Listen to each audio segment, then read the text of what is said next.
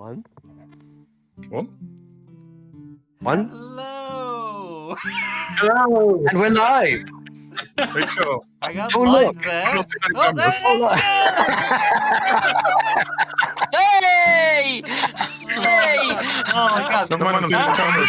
You've not chroma keyed the green screen or it's changed colour. I don't know, Oh, God. honestly. All of you is green. It does change colour a lot. I've given up on it. Everyone can hear you like 3 times over. Okay, is that better? Oh man. I don't know Is the that stream better? going. Right. Is that better? Let's start your green screen. Yeah. Oddly enough, we're trying something. We're trying something new. Try something new and it's Yeah. going well. You're trying something new live on stream. Yeah. Well, to be fair, if you replace our black with that sort of hazy green, it'll look like it's on purpose. Oh. Going for the Tom Cruise look.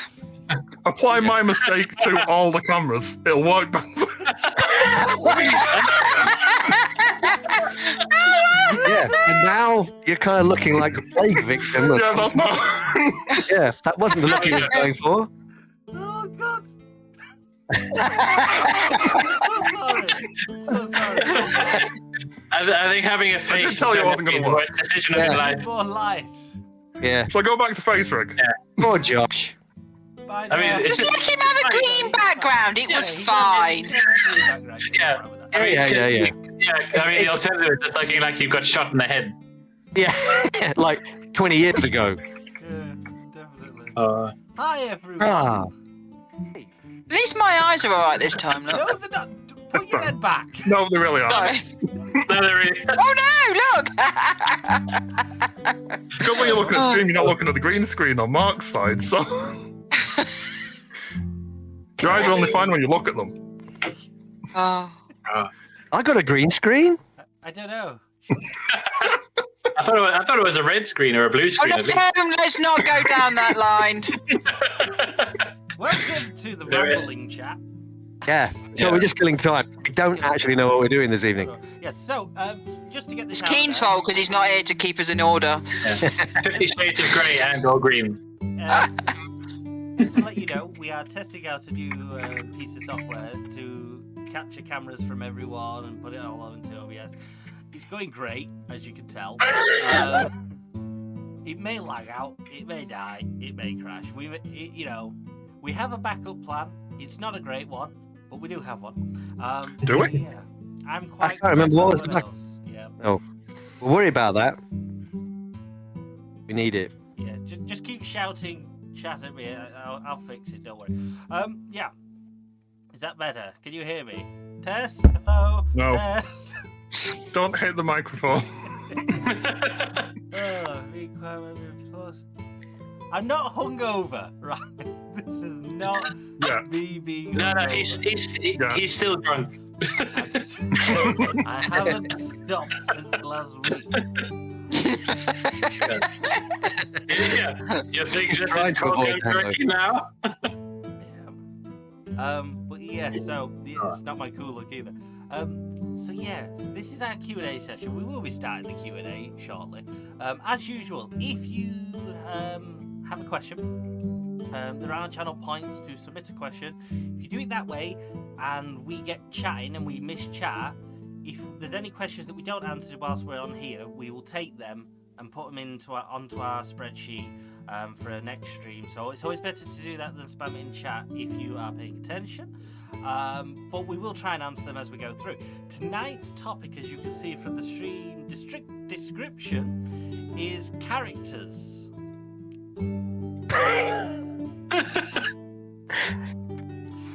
I'm just. Was that a deliberate stream title thing as well? The making a character a character a Believe me character. if I told you it was. That's true. Yeah, unfortunately, I don't have the attention span for the full title. His character's all the way down. Before we get and delve into this brilliant question that's probably going to cause an argument tonight, I know it is already. Ange, do you want to give us a rundown of what's coming up on IMT? Yes. She was prepared, as you can tell. We are coming towards the end of February. Wow. Wow. So tomorrow we have superheroes and masterminds. Definitely. It's getting closer. With TheInfinaty as GM. So that'll be fun. And we've got homework to do with that, which I haven't done. And also in the afternoon with our lovely, now we can see him, Kadari. Kadari. He'll be running his offline D&D game. Oh yeah, I've got some homework to do. Yes, he's got homework to do. Yeah. Yes. And then I think Sunday we're playing vampires. Ooh, yes, we are. We keen. And we have homework for that as well, like learn our characters. So I've got homework for that one. Yeah, I got homework. I got a lot of homework to do actually, because I've got to sort Ariel out and everything. Wasn't that the Yes. You've objective? got a week for that one. Yeah. So, then next Friday we have sci-fi, horror, industrial sci-fi thing. The Dark Places is a new game, and it's completely new to the channel, and it's just new because I don't think I've seen anyone It's new. else. Yeah, so we're playing that. There have been other people streaming. But, Yeah, not many. but So yeah, and that's been run by him over there. Some more pirate. Oh, him. Him over there. Yeah. And then on the Saturday we're going to D&D back to the long-standing campaign, The Lost. My area will be there, ran by our lovely Croy. And then we're going into March, and March goes into a bit of a routine. Every other Friday is Blades in the Dark. Every other Saturday is the offline D&D, and then every other Saturday is D&D. So we're basically falling into a bit of a routine, which you'll all remember. So it's either D&D, Blades, or Legends and Masterminds. Yeah. Are these games that we're still open to accepting new players and stuff, right? Is that for some of Legends the... and Mastermind is running an episodic. Oh, that anybody They can join have, so if that. anyone wants to play that, you can pop along into that. If you're interested in Mutants and Masterminds, join the Mutants and Masterminds channel. There's information there what you need to do if you want to join. The way every episode goes is it's basically a who wants to go basis. The episode will go out when which episodes are airing, and everyone who wants to be in it just jumps in on it, and then we just take the first few people and we go yay. So if you want to be in it, even if you just want to try it out, see what it's like or anything, come into our universe and build yourself a mutant, and you could be part of our story. Or Mastermind. Oh yeah, There is Mastermind. no I obviously play masterminds in our game. I obviously. And we have another. We're fitting in Carbon 2185. 2085, yeah. Yeah, which is run by our lovely Strain. Yeah, and we also have Heckness Revelia, which is this lot running around a circus and just throwing pies, and it's just absolute chaos. It's just like we have got some new games starting offline in March, which is Call of Cthulhu, Eternal Lives. Trail of Cthulhu. We'll get that right one day. Yeah. Still looking for a couple of players for that if anybody's interested. Yeah. So we have Call of Cthulhu. Oh, Trail of Cthulhu, Eternal Lives is a campaign, and we are looking for one, maybe two players to join that. It's not going to be streamed. It's just going to be on a Tuesday, every other Tuesday night, and we're just going to chill out and have a bit of a laugh on that one. And then on the alternative one, well, Andy's not quite sure what he's playing because he just keeps buying games and saying he's going to play them. So we'll have to keep the Discord on that one. And could be vampires. He's never going to run them. The One Ring. It could be vampires. It could be this other game he bought that I can't remember the name of. Agents of Concordia. Yes. Yeah, it could be that.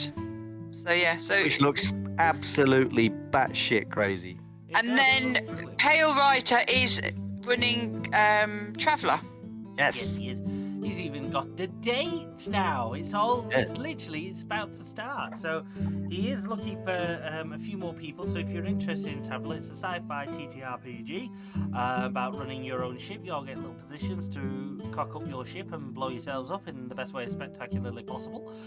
So if you're interested, get in touch with Pale, jump in our Discord, sign up to the Traveller, check the looking for groups. There's so many ways you can join it, but you only need one. So yeah. So get involved.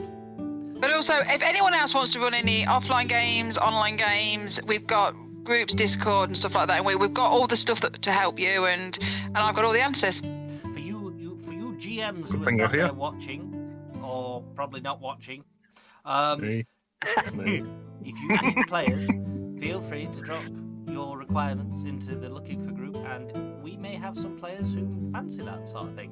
And as always, if there's enough chatter in the main chat or anywhere else for a particular game that we haven't got on already in our Discord, we will set that up if there's enough interest in people who want to do that. So yeah, we're constantly evolving.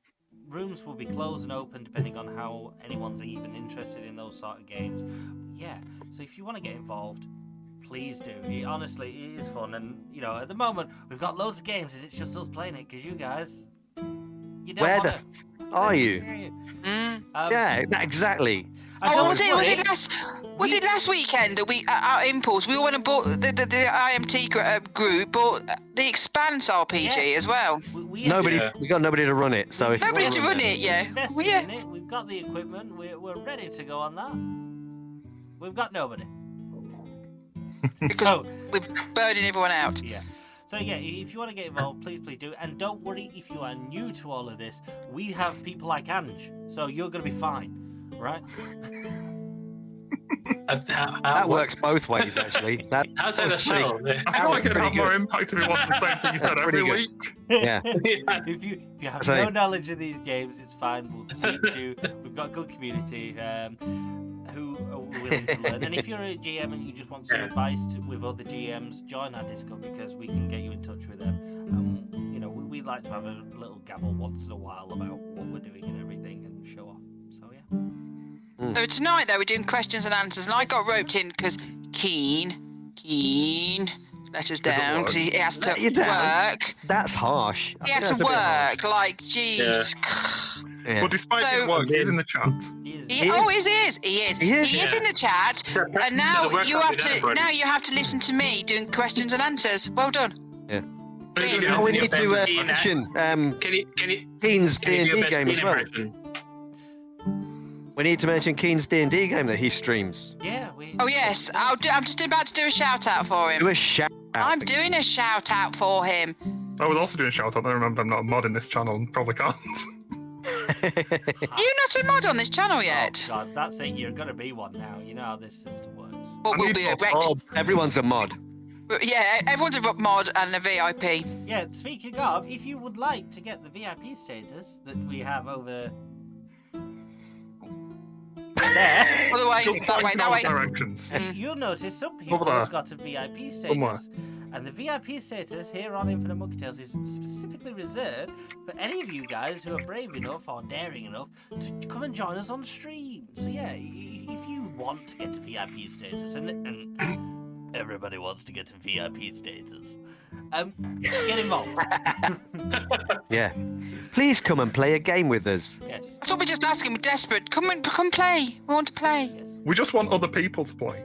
Yes, yes. Because I need to replace the halfling bar. We don't want to play with each other anymore. We need more people. Yeah, I mean, there's only so much in-stream bickering you can handle, I think. Exactly. Yeah, I it just gets a bit samey after a while. Same arguments in different worlds and genres. It's great. Yeah. That's true. It's like these characters come from two wildly different backgrounds from real life, but somehow they still have the same grievance against each other. Yeah. In every single You're game. talking about me and Andy again, aren't you? I'm not mentioning any names. So, but yes. for the sake of protecting the innocent, we shall call them Bandy and Banji. Yeah. Rude. Can't possibly think through that relates to. Good call. So without further ado, let's get the Q&A rolling, shall we? So, our Quizmaster. Oh wait, yeah, that's my job. Down here. We're going to hand over to him because he has got all the questions. We won't have the answers.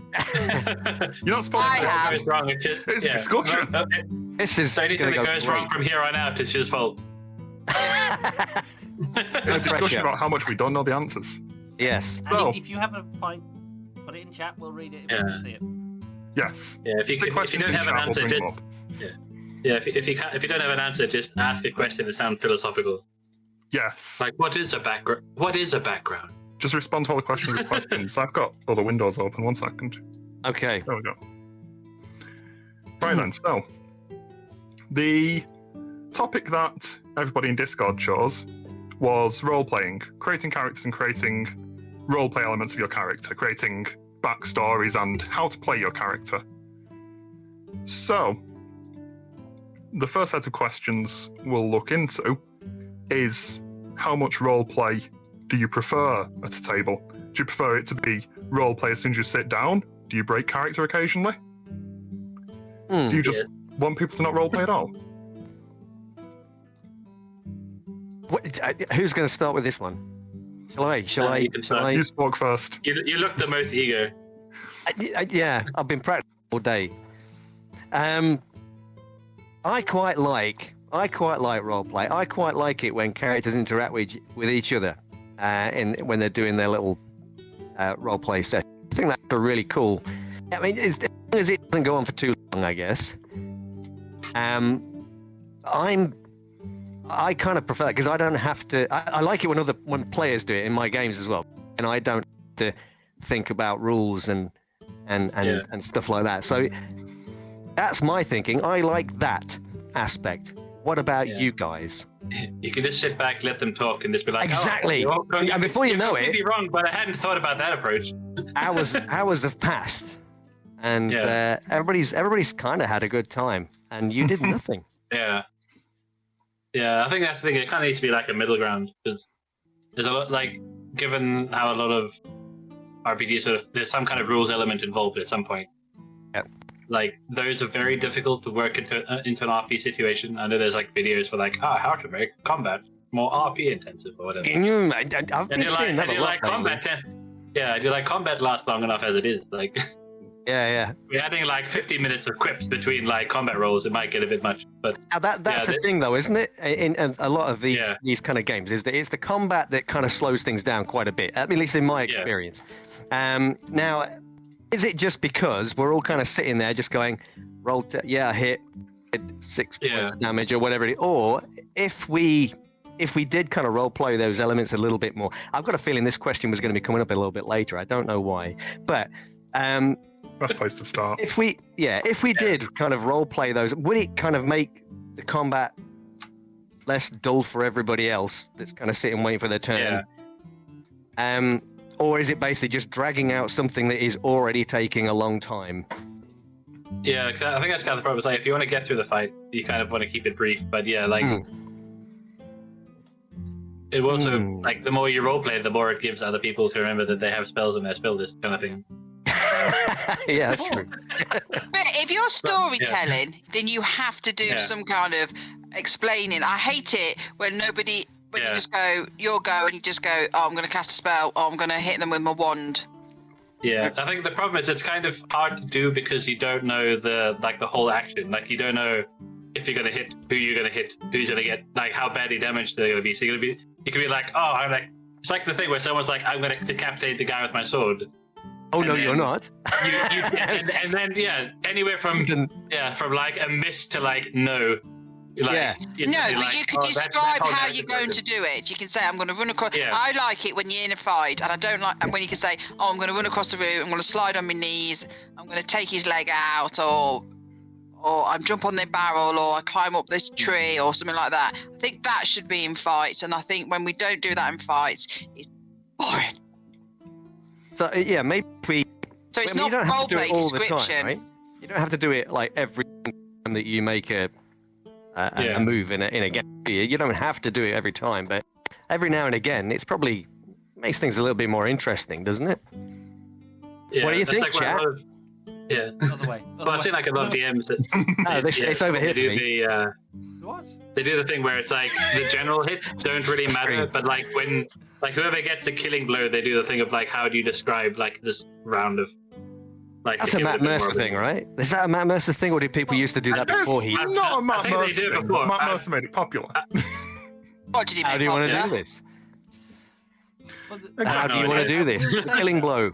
To contradict that is, in combat, the other thing to remember is that usually in your turn is usually only about 3 to 6 seconds of actual in-game time. Yeah. So if you RP like a full-on conversation, you're actually not RPing it because you're you only have 6 seconds. Yeah, but that's why it's descriptive, I guess. Yeah, it's not maybe not. Also...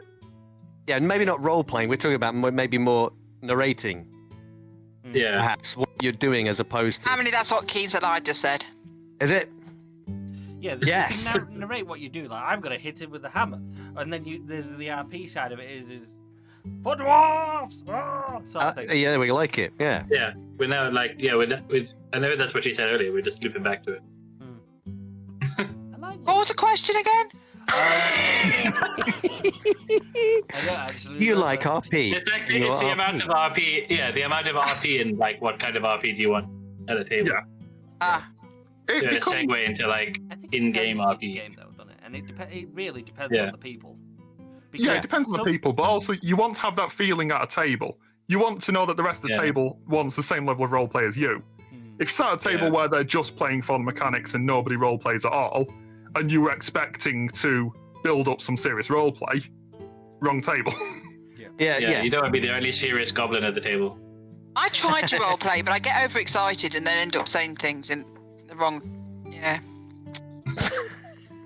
Yeah. I know what you mean. I suppose roleplay is always one of those things because some people, any amount, someone will argue it's too much and someone will argue it's too little. Yeah. Do people argue it's too much? Yes. Yes, definitely. People argue that. Probably more Power people. gamers. I'd imagine more people probably argue that it's too much than it's too little. But the whole thing, tabletop role-playing game, kind of says role-playing. So if they don't want to role-play, then go and get a computer game. Because people have different interpretations of what that means, but that's a different conversation. Role-playing doesn't mean you're all sat there acting out your character. You are, even just playing the game, if you never said anything, you are role-playing a character. Yeah, but like conversely, if you want to do 100% role-playing, go play a LARP. Yeah. But anyway, back to the topic.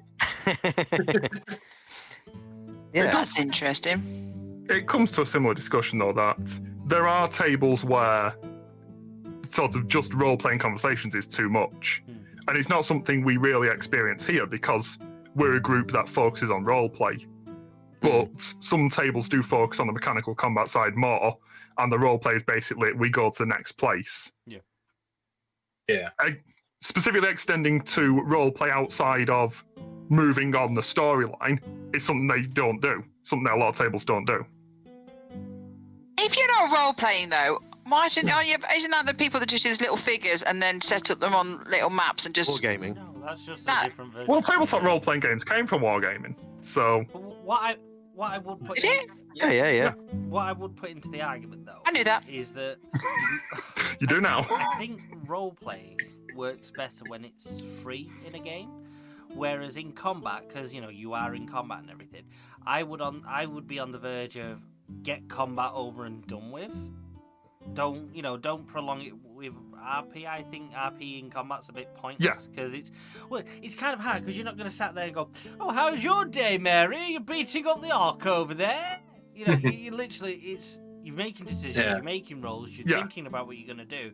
I think there's enough going on there really without having to add in the RP elements and you thinking about, because anything you do in combat is RP because it's, would my character go and bash this person on the head with a spear or would he try and run away, sort of thing. Yeah. So you could end up with something like the Princess Bride. We were like, you're fighting with your left hand. Yeah. But see, I would be on the side of sod the RP in combat unless you literally, those bits where you shout little bits to each other sort of thing, by all means.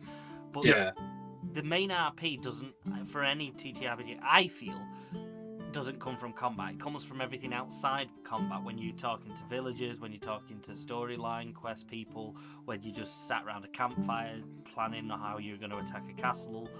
I think that's where the RP is the best in the game. I think combat like I said, you're focused on combat anyway. And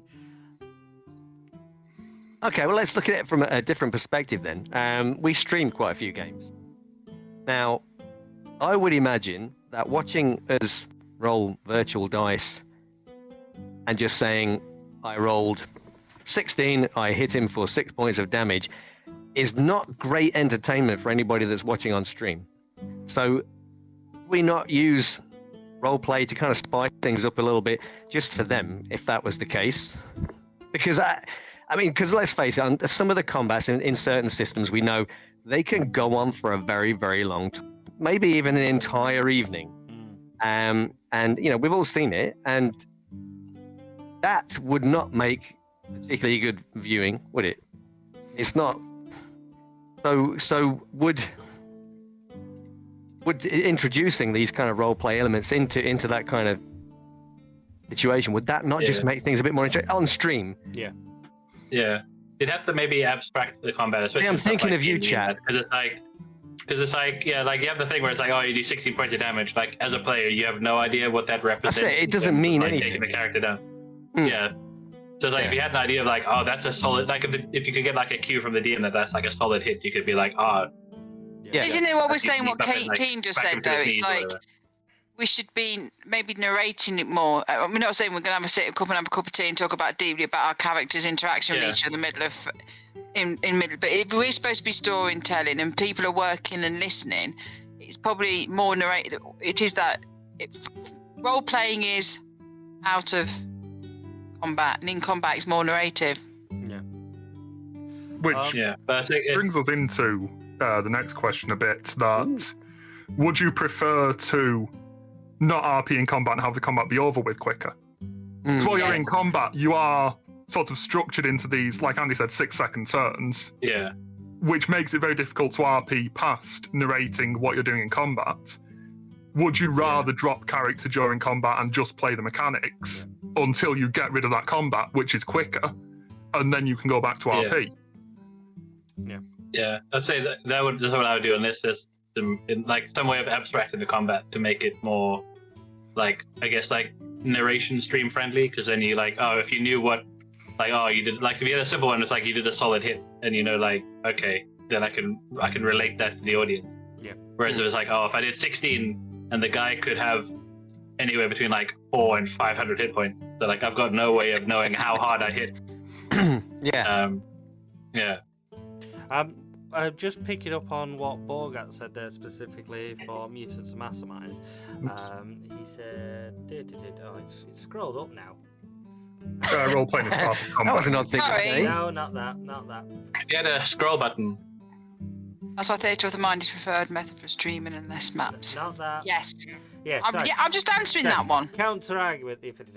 M&M role playing in combat is part of the game. No. And now I get what he's saying there, because in comic books, you generally have a lot of quips, like Spider-Man being the prime example, isn't he? He's always making these little comments and quips and having conversations with the bad guy. I would say that's specifically campaign. Because if you're doing a full-on comic book style version of Mutants and Masterminds, then probably yes, I would probably say to you, My argument on specifically on Mutants and Masterminds is it's not really for combat. If you want combat, there are so many more better systems. Mutants and Masterminds isn't focused about combat. That's why a lot of the powers, everything devolves power-wise in Mutants and Masterminds to damage, right? That is one power that it's listed in Mutants and Masterminds, and pretty much everything for combat sinks into it. Things that aren't combat-orientated powers have special categories and everything. Mutants Mastermind is more focused on dilemmas and how, superheroes having situations. It's like if you actually read comic books, the fighting isn't always there. Usually the fighting's like the last few pages at the end of the comic. Most of the comic is, how the heroes going through day-to-day activities and how they get around it, how they hide themselves, sort of thing. So, specifically for Mutants and Masterminds, I would say that the combat is very pointless in Mutants and Masterminds. It's there for a brief cutscene just once now and then, just because your heroes, you're going to fight something eventually. But I think specifically for Mutants Mastermind, it doesn't really care about combat. You can run a full Mutants Mastermind campaign and never have any combat, and I would say you can still have it. It's really good, which is something I would probably interject on combat is I would say you can have a TTRPG with no combat, but you can't have a TTRPG only combat. That's a war game. That's just playing a war game. You basically, that's what I mean. So I get what you're saying with, your cartoon heroes, and there's the whole shouting things winning arguments sort of thing. But like I said, I would always say it always comes back down to how much time is supposed to pass during one round of combat. And combat is always dice roll, it's really heavy, and to pick up what you said before, it's not always entertaining. Not just for the people watching, but also for some of the players. Some of the players get really bored on combat sometimes, especially when you're waiting for somebody else to come round to their turn. So I think, and I always feel personally, combat is where immersion breaks. Because it's where you're no longer in the game describing things. It's, right, what are you going to do? You're going to aim with your sword, right? You need to roll strength, and you need to do this. It breaks completely. I don't think you could ever maintain the full immersion whilst in combat, because you've got to have that conversation of what you're rolling sort of thing. So it's really hard to RP, I would say that. Whereas, when you're not in combat and you're having conversations with civilizations, usually you can get good chunks there where there's no immersion breaking whatsoever. As long as people don't get silly and laugh and everything. Disagree with me in RPing in combat? That's fine. You can be wrong. I don't know why we asked. I feel that's not quite the right tone to take in this question and answer section. I mean, no one said it had to be a friendly Q&A. I get some RP in combat. I don't think making a meal out of it is beneficial. I think little bits. I don't think many people do, though, do they? I don't. I've never really seen anyone properly. I mean, I can imagine, like, in D&D, Tanner. Is that because he comes out with, like, quips and one words, and, like, Cookie, she has, like, little sayings. So I can imagine, like, to me, that you would, you're not going to sit down there and suddenly turn around to the bad guy and go, shall we talk about why we're having this fight now? Because the reason why you got that would have been RP'd out beforehand. Yeah. And then you ended up in a fight. So, yeah, certain things like, if you shout one word, I don't, I think we, as we're telling stories, we should narrate it. I do not like, I'm going to do this, I'm going to do that. It would be, if you sort of say Ariel turns around and she pulls her wand out and she's a green light flies across the room and hits, and you roll, and it's like, it hits for 6 damage, it hits. Well, you know what I mean? I genuinely think the RPing in combat is your character making those decisions. Would they go in? Would they do this spell? Would they do that? So I think, and like I said, the odd shouting. And I think in retrospect, like I said, for me, it always comes back to how long combat is supposed to be. Because, you could have an hour session of combat, and in real life, in the game, not in real life, but, in game time, that's only supposed to be like, what, 30 seconds, 60 seconds, depending on how many people are in it. And it's like, how much can you RP in that time frame when you're just stood there hitting people? Because you're looking at it from a mechanical point of view, right there, because you're saying it has to be a 6-second round or whatever it is, and what can you seriously do in that? But that's really boring. That is dull. And I don't see how that's fun for anyone, particularly anybody that is watching on a stream of somebody just rolling dice and shouting out numbers. It just, I mean, let's go back to The Princess Bride. Probably one of the best scenes in that entire film is the sword fight between Hero and, I'm going to say, Inigo Montoya, and they are talking constantly all the way through that. That is fantastic. Absolutely brilliant. Yeah. And that's the scene that everybody remembers. But Andy doesn't, because I bet Andy's not seen it. Andy's never watched it. It's not black and white. Why can't we have those kind of interactions in the game? Because we're limiting ourselves to these 6-second turns. Yeah. But that's because or you're keeping 3 it seconds or whatever. realistic. Like I said, if you're doing like... But why should it be realistic? We're talking about a fantasy role-playing game or whatever. Because I think on the other side, the Princess Bride fight is kind of a hero fight rather than like you fighting like, I don't know, like an Earth Elemental or like I get 15 that. goblins or whatever. I get that. I know, But but it's just like... Yeah, if you have the opportunity Yeah, to it have works those because kind of but it kind of works because they can bounce off each other. So that kind of implies that who you're fighting has to be more than just like, I guess, your average monster. Yeah, so I mean, you may save it for your boss fights or whatever in a role-playing game or something like that, perhaps. But you know, you don't need to do it with swarms of goblins or whatever that you might encounter more often. Again, not to kind of bow the whole it's realistic sort of thing, but even if like you look at films, I will shoot you down in flames. Even if like you look at films and TV shows and everything, whenever there's a fight scene, all acting and RP pretty much stops. You know, wait. So, like, you know, if there's two characters having a sword fight or anything, 9 times out of 10, they're not saying anything, they're not discussing, they're not, you know, they are literally just fighting and there's blood. Not in your MTV generation films. If you go back to films that are pre-19 whatever, which you Flynn is turning in his grave. Films are, but silent films had that bit where the frame popped up to tell you what they were saying. Exactly. I'm not talking Monty Python fights, right? You know, we're all very well aware of the Black Knight sequence and the amount of RP in that. It's kind of a similar thing if you look at like Western film shootouts versus like sort of Eastern film like sword fights. Like generally, it's a lot more focused. Yes. And like. It works because of the visual storytelling rather than like verbal storytelling. This is a more modern thing, isn't it? I think. John Wick doesn't say anything when he's killing everyone, and that is the most exciting fight you'll ever see. Look, I know that was a couple of years ago, and you might consider that to be an old film. I mean, I'm thinking before that. The whole three films, the only roleplay John Wick ever does is when he's telling people it's about a damn dog. The rest of it is him just running around killing people. There's loads of films that have descriptive fight scenes. Would John Wick as a role-playing game be entertaining for people to watch? Ooh. As a role-playing game on stream? Say we were Is there a Kickstarter for it?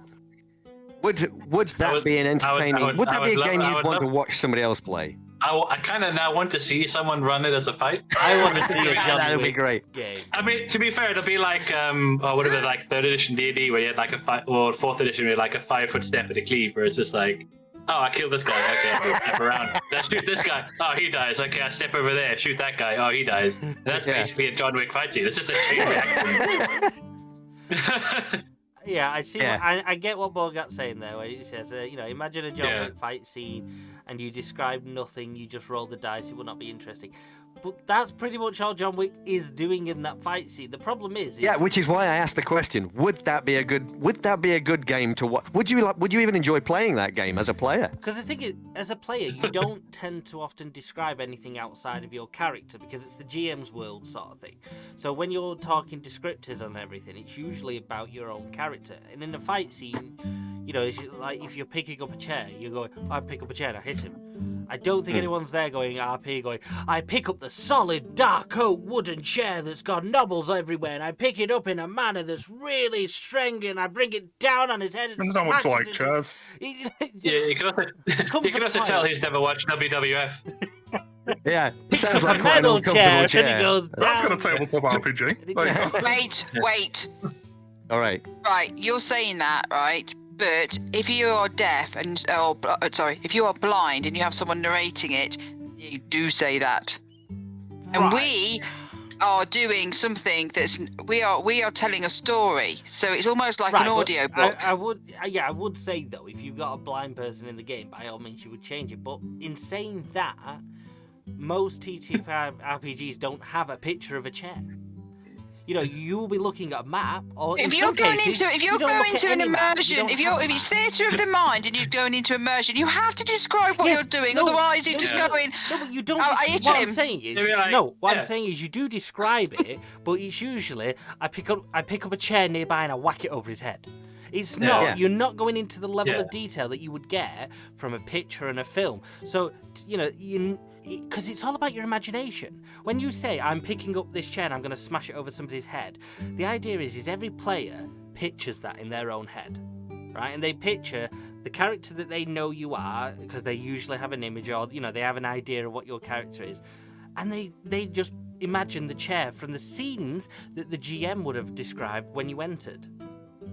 So it's one of them. You're not going, I'm going to smash this really royal chair with a red cushion on and it goes into bits everywhere and there's blood everywhere and the guy's bleeding and he looks at me really depressed. You don't go into that level of detail because you usually just only go into the detail of your character. The exception, I would say, is when, you get a critical on a kill, and usually, if your GM's good enough, he'll turn around and say, how do you kill him in this spectacular way? And, some people go, stab him in the face. Then you'll get some people who go, I hold up my dagger and I pierce his heart and I look at him in the face going, fuck you. Okay, are we agreeing or disagreeing? I don't even know anymore. You always disagree. Just thought I'd check this one out. In certain aspects, I think you can give extra RP to it, but you're not. Like I said, as Keen said earlier, there's a difference between RPing and descripting. Descripting is not RPing. You describing the scene is not RPing. It's setting the scene for everyone to imagine. You RPing is literally going. You didn't pick up a chair. I'm disappointed. I've known you do that. Yeah, you saying I pick up a chair and I hit him. That's being descriptive. That's not RPing. Is narrative not RP? No, I would say narrative is not RP. Narrative is narrative. RP is RP. Can we go to the next question? When you do That's the next question because we're moving away from the topic. But when you do I mean, narrative, we haven't been on topic for about 45 minutes. when you do I just want to see if he's wearing himself out. I I haven't made a sign that says it's wargaming. Yeah. When you But it is. When you're narrating, King says, but they both want the same result. You're telling a story. Yes. Yeah, they both add to the whole telling the story, but specifically on RPing in a fight, that's not descripting, right? The question is RPing in a fight. RPing in a fight is literally your character going, I pick up the chair. Sort of thing. That's the RP. I want you to do that. I'm not going to do that. But that's the RP. You describing Keith's getting really mad with us right now. You describing how you pick up the chair and how it happens, that's not RPing, that is descripting. You are explaining the situation, you're painting the picture. You are not role-playing. Wrong. No. No, just no. Why am I wrong, Ange? It is one of the same. No, being descriptive is not role-playing, and role-playing is not being descriptive. The two combined are both part of storytelling, yes. I'll agree to that. They're both part of storytelling, and they make the whole thing better by far. But role-playing is specifically you role-playing, you getting in the mind of the character. Your character is not stood in the fight, picking up the chair going, I'm picking up this brown chair that's got a cushion on it, I'm going to whack you over the head. You wouldn't do that in a battle, would you? He's using cap locks. We just move on. You are We'll let your them opinion, talk. no matter how wrong it is. And Can we just leave them to it and move on? Yeah. Can we put them in a breakout room? let's move on to the next question because Yeah. Well, we got to answer Keen because Keen's using it caps. appear that IMThnity is just burying himself at the moment. Then And how do you role-play a character that isn't talking? You don't. ooh, With interpretive done.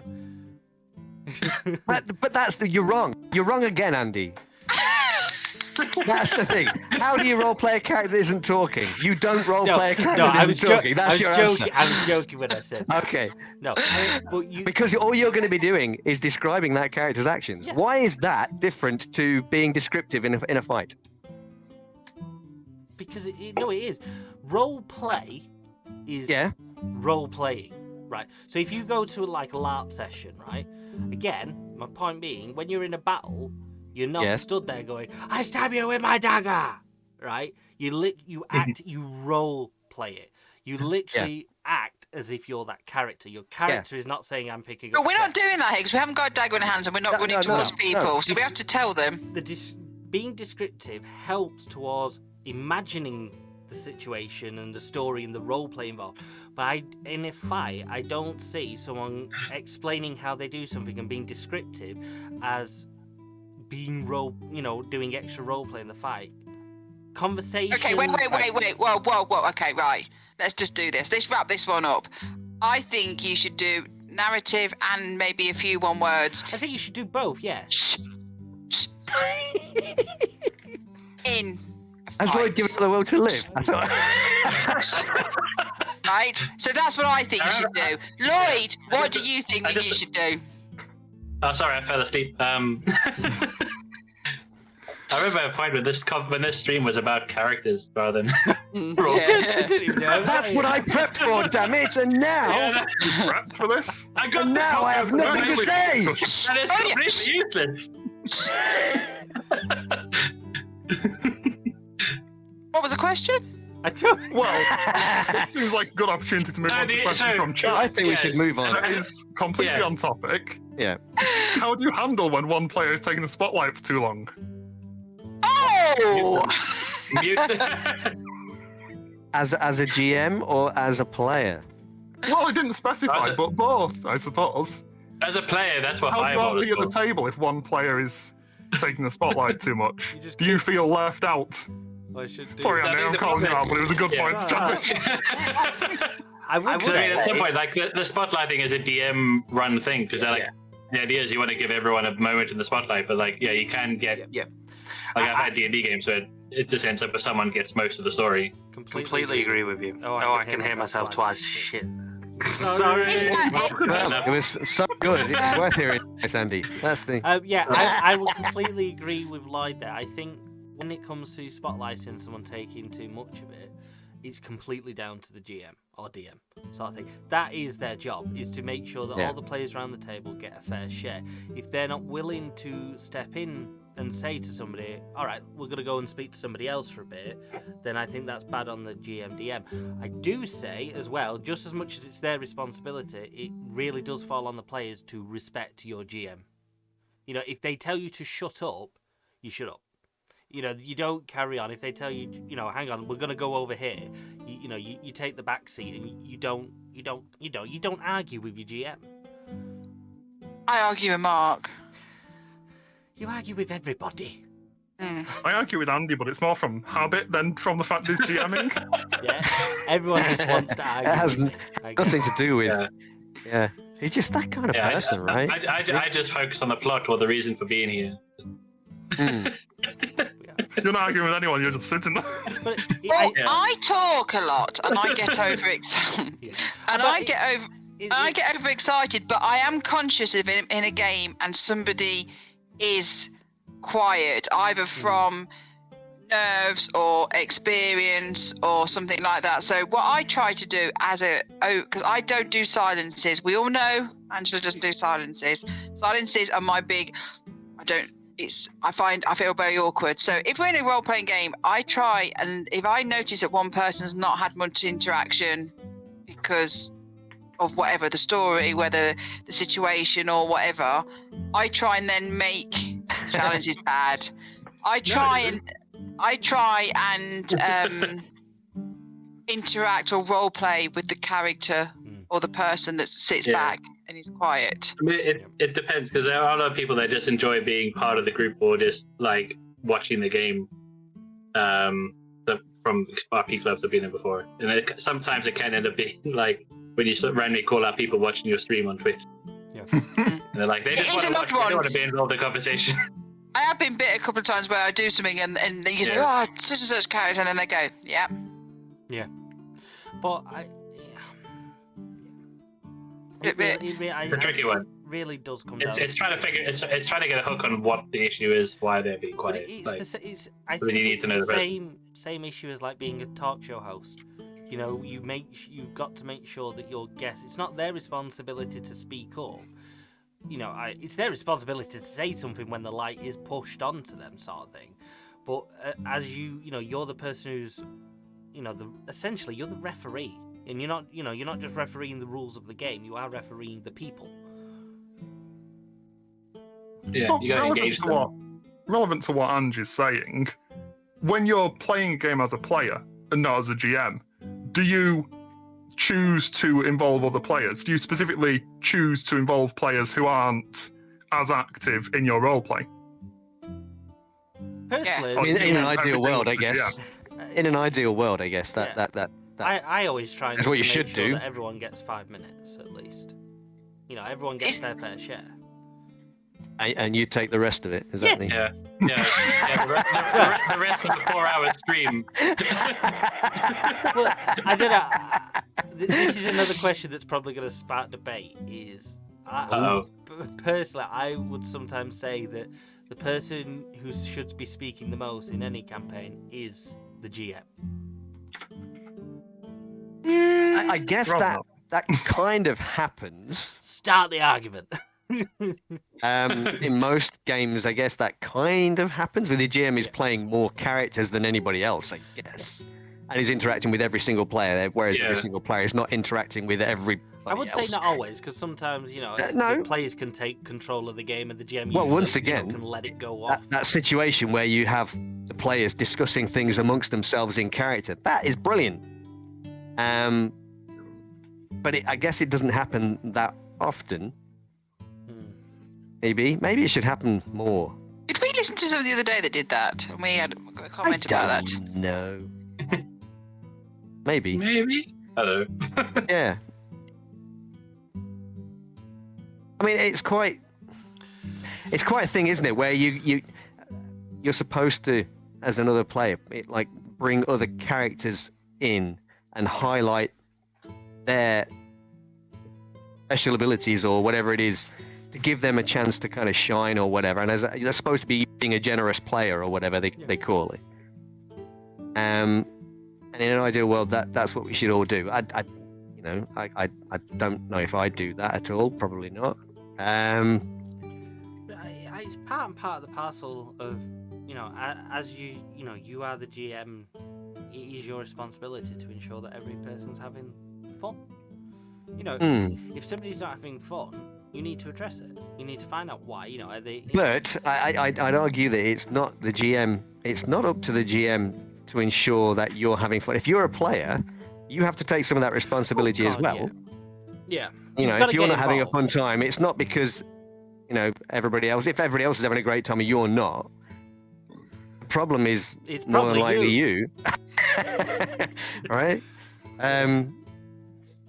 But so it's one of them. Is I think new people to these sort of games are always the shyest, and sometimes putting the spotlight on them may be a worse thing to do than leaving them be. So what that's did that Angela say? Angela was basically paying it forward and was asking some of the quieter players what they thought. I have issues talking. Yeah, apparently. It's not quite the same approach if you don't speak and just sit there eating chocolates. But... if I remember correctly,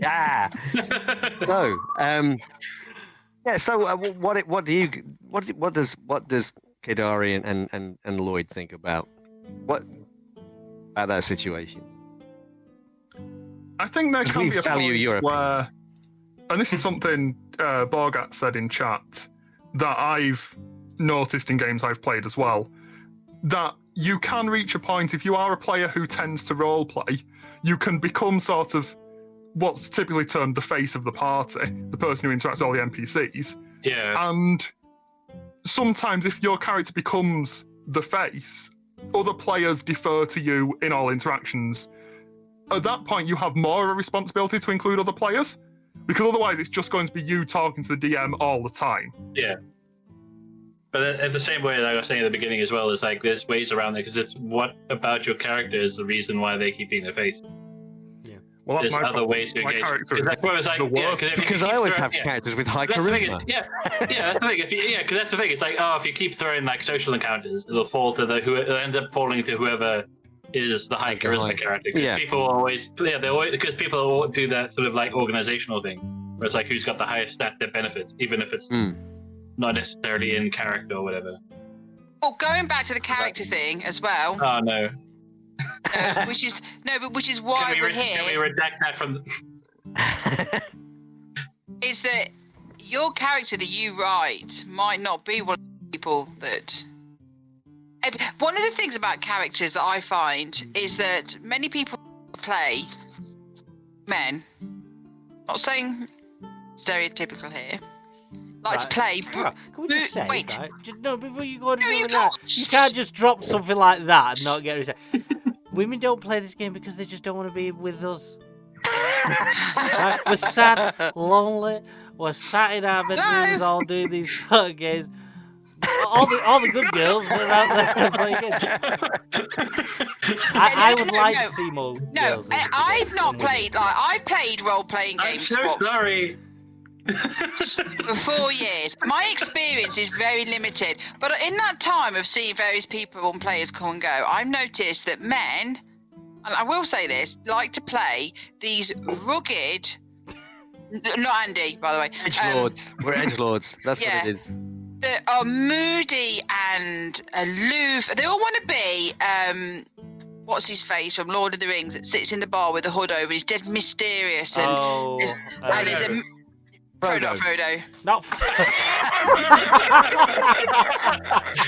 Is it Sam? Yeah. But they do. Gimli. And then, yeah. Like, share the loaf, Mr. Frodo. I've got some lamb's bread. Yeah. See, Mark plays those. But the thing is, I've known people do that, and then they do this really grumpy.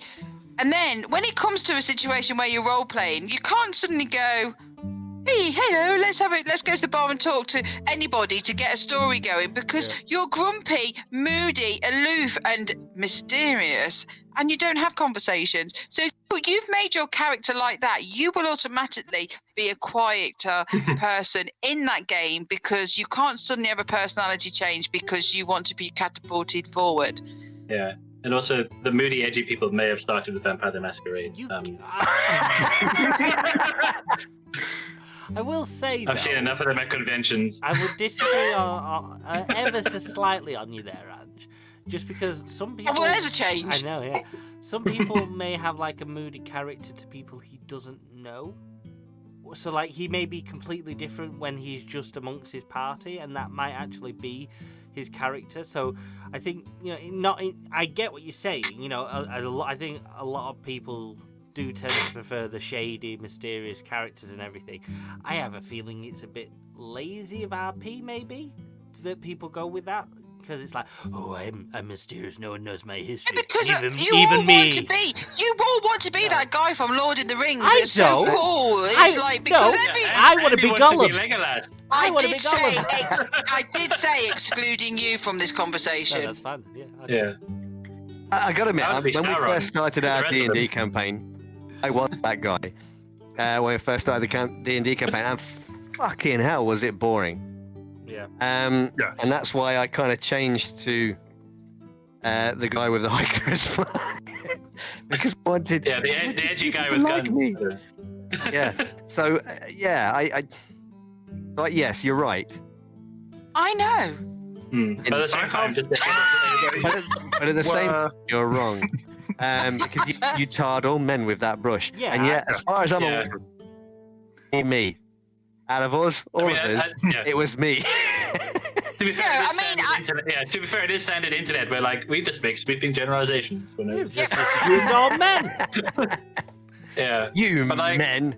I got in before you started on the women thing there, Andy. Well, I didn't But start. I think that's the same thing as well. People should be able to play the character that they think they want to play. Yes. But then you also kind of keep an eye on them to make sure that they're actually having fun playing the character they wanted. Because they may have a concept that they like, and then they find out mechanically or whatever, it doesn't actually work for them. Yeah. Like you could end up with someone who's like, oh, I wanted to be the face, but I'm actually really shy. I think in all respects anyway. And then you're like, well, I can't do the role because it's kind of a mismatch. In which case, you can just help them sort of rejig or whatever would help them. I don't know whether though sometimes RP is based on character. I think as people, as gamers of TTRPG, and this is probably really bad that we do this, but I do believe we do, is we stereotype classes. So if you decide you want to be a warrior, everyone goes for the broody warrior sort of thing. Nobody's playing the warrior with a squeaky voice. But your next character is going to be that. Yeah, it will be now. It is now. It is mine People now. stereotype characters, and so they assume, like, a bard. No, but nobody has a broody bard. What's that about? And based on your character is people usually have the same RP side of things. He's very broody. He just wants to have a family. Nobody has a broody bard. Tears of a clown, mate. Tears of a clown. Yeah, but I think there is a lot of stereotyping on characters. I think a lot of people see heroes as these sort of broody characters. I don't think every man wants to be a broody person sulking in the corner. I just want to have my babies. I do get what you say. I think I don't think it's just men though. I think a lot of people always tend to go for the broody dark characters, just because they're usually the easiest ones to play. They're cool. That's why. Yeah, but do you think that's an early? Do you think that's an early mistake that people make when they first start role playing? Because then as time comes on and the more characters you make, you realise that you have to what's the word? You make a character and then you give yourself a flaw or some kind of trait or something. So we all know now that when we make a character, having a flaw or having a something that you say or like what I said earlier when I did this book and I made a character that wanted. I picked a random thing out of this book that was I don't like tax collectors. Yeah. Did you ever decide why you didn't like tax collectors? Because it was my Asamar that thinks that she's some kind of worldly god thing and she wants to earn as much money as she can. So obviously she keeps it all secret. Tax-free. So she is a tax collector. So yeah, but you know what I mean. It's one of those things. But this is getting to my point, which I can't even open this can of worms about characters and Dungeons and Dragons and level 1. Just while you're rambling on there, Ange, someone's actually made a decent point. Really? That'll be the first one tonight. It's scrolled up now.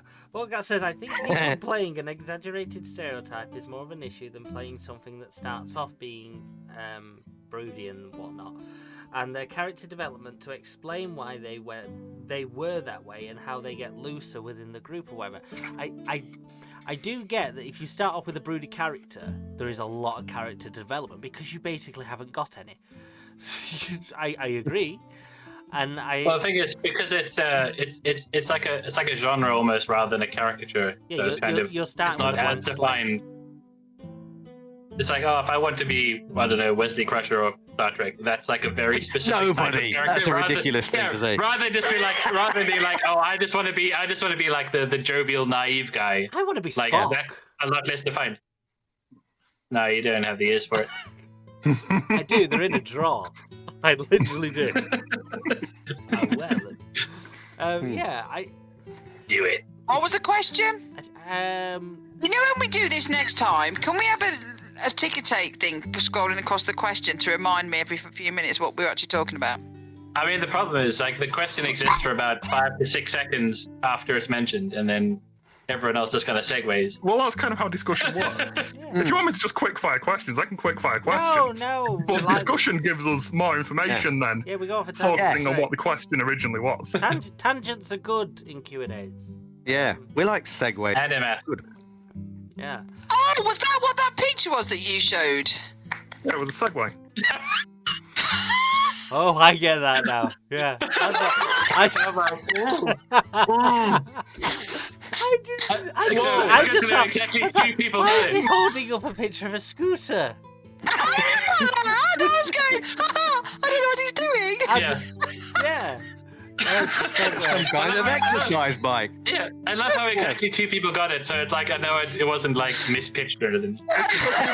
Based on Andy and Andy. It got to exactly who it needed to. What does that as well? Yeah. Tegu. Oh my god.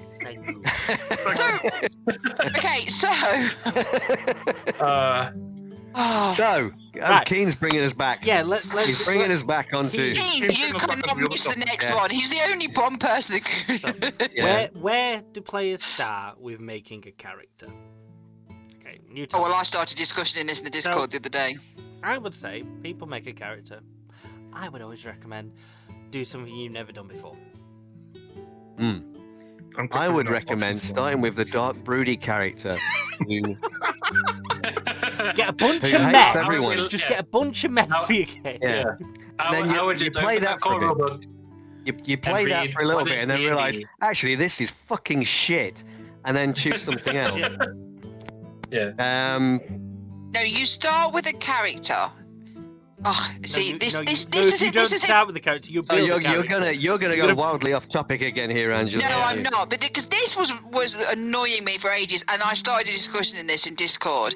In the fact that You can't. Right? Can I just say the question was right? Where do you players start with making a character? Your answer for then was you start with a character. no, you don't. You start with a name, and then you get, and then No, it's I like, don't and then think you do. I don't think you do. Well, Start with an a name. archetype. Start with an No, archetype. you lot take 10 hours to make a single name, let alone find a picture. I know the name You comes can't at the make end. a The character. name You comes can't at make the a end. character. I feel like this is unfairly targeted bullshit. And you're spending far too long on it. Not every character has the most terrible upbringing in its life. They've had some deep, traumatic thing that's happened to them, and they're wandering the world, find vengeance on the people that did wrong by them, and Josh. There are a lot of orphans in role There really playing. are. Nobody's orphaned, or their mother. Oh my God! So Or that's Yeah, where but you a whole start, list of genre Keith. cliches, and it wasn't supposed to be a topic.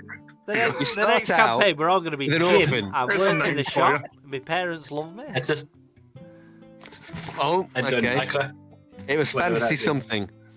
Yeah, it Was it didn't go tropes? through well. I hope it's one of the Pages sexy slightly ones. blurry. I agree with Borgat there. Happy people do not go off adventuring. If your character has had a lovely life and he's That's not enjoying accurate. working in his father's fish, he ain't gonna go off. He's got a job, he's got a life, he's got a family, he's got a reason to stay in one place. he could be I mean, out on maybe his dad's fishing boat, and Yeah. something happens, and he thinks, "Oh, Yeah. I'm now going to go and help that person that I've just seen somebody get murdered," Yeah. and he's a The really problem nice is- guy. The problem is, plenty of happy people travel the world every day to find out new things and experiences. Like, He if could you be don't a have to cleric going you spreading don't the have to word be a of trauma God. baby. Yeah, you don't have to be a trauma baby vampire to be like, oh, this is the only reason I could become a fighter. You could be a medic going out and and curing the Bilbo people. was not happy, Keen. Piss off. Bilbo was not happy. He wasn't happy about having to go off adventuring. He I'll was give you not. that. If it but weren't he for was the fact that happy in someone his literally life. dragged him out of his house, he would have never have left the Shire. So that's No, not an argument. that's no, true, okay, no yeah. Hobbit leaves the Shire. However, Because what about Frodo then? Frodo was perfectly happy doing what he was doing, but he was forced into a situation which made him leave. I would argue that Frodo was uncharacteristic of a Hobbit. Oh, well, that's That's because you probably literally read the written in the book book. where it actually says. Is it? I never read it. Yeah. Maybe I should write it. I mean, if we look, forget the book then. Let's look at the film because you've probably seen that. Yes. You sure? It's Not quite the old. extended mentioned version. the Yeah, film I mean, it before. was I don't over watch- 10 years ago. Don't spoil me the extended version. I still need to watch that. Okay, right. But he was quite in the end. he was quite happy with his existence. He went off because he was forced to, Yeah. wasn't he? But he was quite Right, so. or I would. You I went would, off to save the world. I would say though that was because he was heavily influeed by somebody who had done that. He had that, and where was his parents in all of this? Were they murdered? Remember? Was he an Everybody's an orphan? Are we not back onto the orphans go off adventuring? But if you'd read the book, you would have had the answer to this. I haven't Except- got time. If you It's have definitely an not easy people. character, you can develop your character with the experiences that you have. There's no way a 300-year elf is level 1 with a wooden bloody sword and has no experience. Yeah, hang on, this is a different argument, and I will Yeah, I mean, completely you're agree kind with of- you on this, right? But Swerving way off topic your again now. argument specifically on Frodo, right? I would still argue that Yeah. Frodo We doesn't weren't work. arguing about Frodo. You No. brought Frodo into And this. I brought we'll come back into to your this. question because I do want to have a go at that question that I know you've answered a different question and I do want to come back to it. But just on the Frodo thing, Frodo wasn't happy in the Shire. That's why he left. That's why, the point still stands. Happy people don't just up and leave on an adventure. He wasn't Wrong. happy. Was he not happy? No, he wasn't. I happy. didn't get that impression. I think the thing of trying to wanting a new experience or trying to do something positive doesn't make you an unhappy person.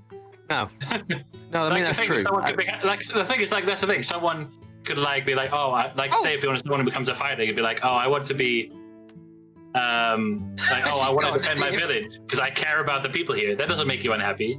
And then once he's had his first fight, he's like, this is actually kind of enjoyable. I want to do more of it. So he becomes a fighter.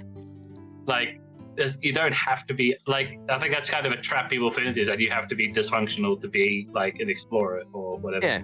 Yes, I agree. Yeah. But are you all right, sir? Why can't we see you? You have disappeared. I think he fell off his chair. Oh. Anyway, quick, while he can't interject. Yeah, no, I think Lloyd makes a very good point. And it's like, as you were saying, there are people that go off to experience new things all of the time. It doesn't mean that they're desperately happy with what they've got right now. It's just they want to see something different.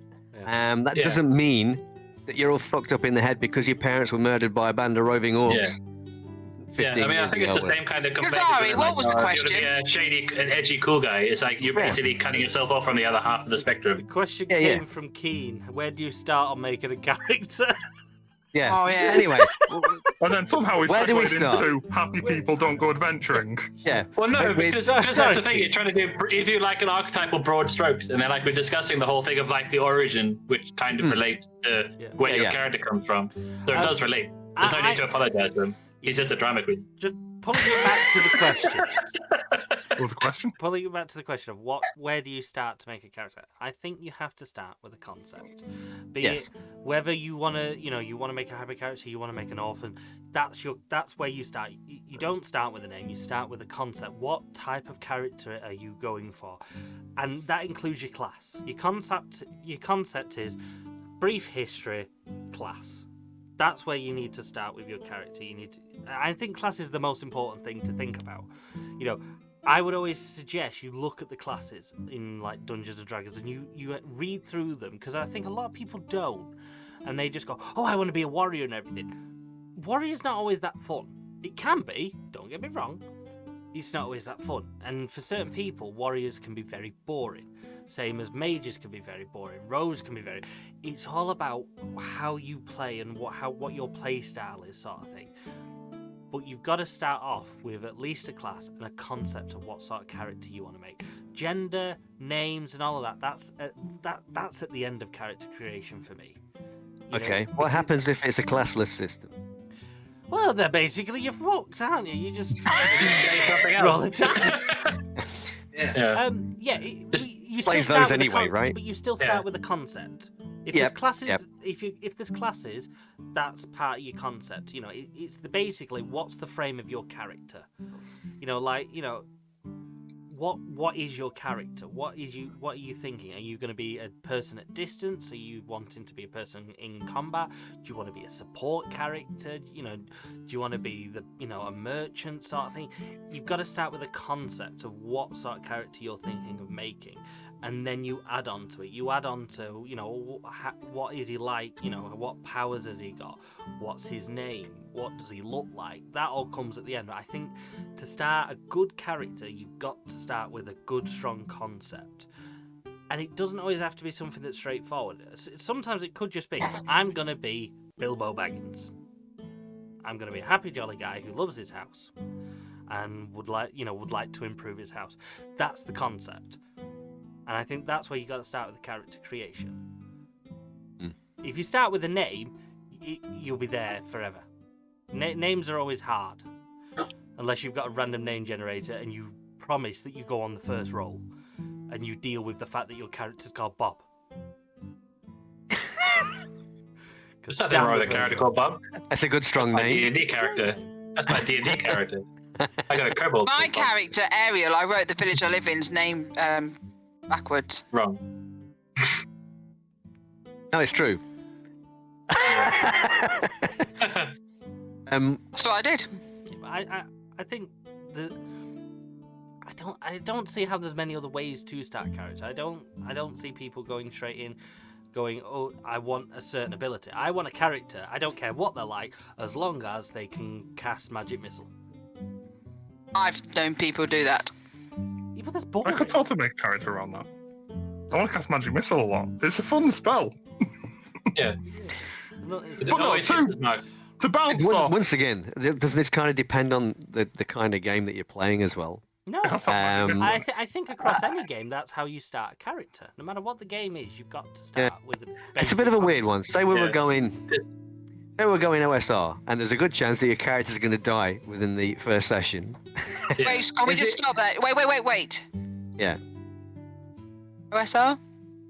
School revival, Renaissance, whatever. Yeah. Okay, thank you. We're talking about like, you can ignore that. old kind of based around like old D&D kind of rules like that, where characters tended to be more expendable than perhaps they are with more modern games like 5e and stuff. Yeah, but those are probably more likely to have like a caricature character. So it's like a very I guess.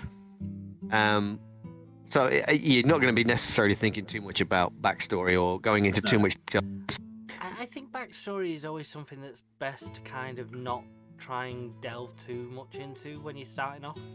I think that's probably right. I think you're right. I think you start off with the basic backstory and you build on it as sessions go.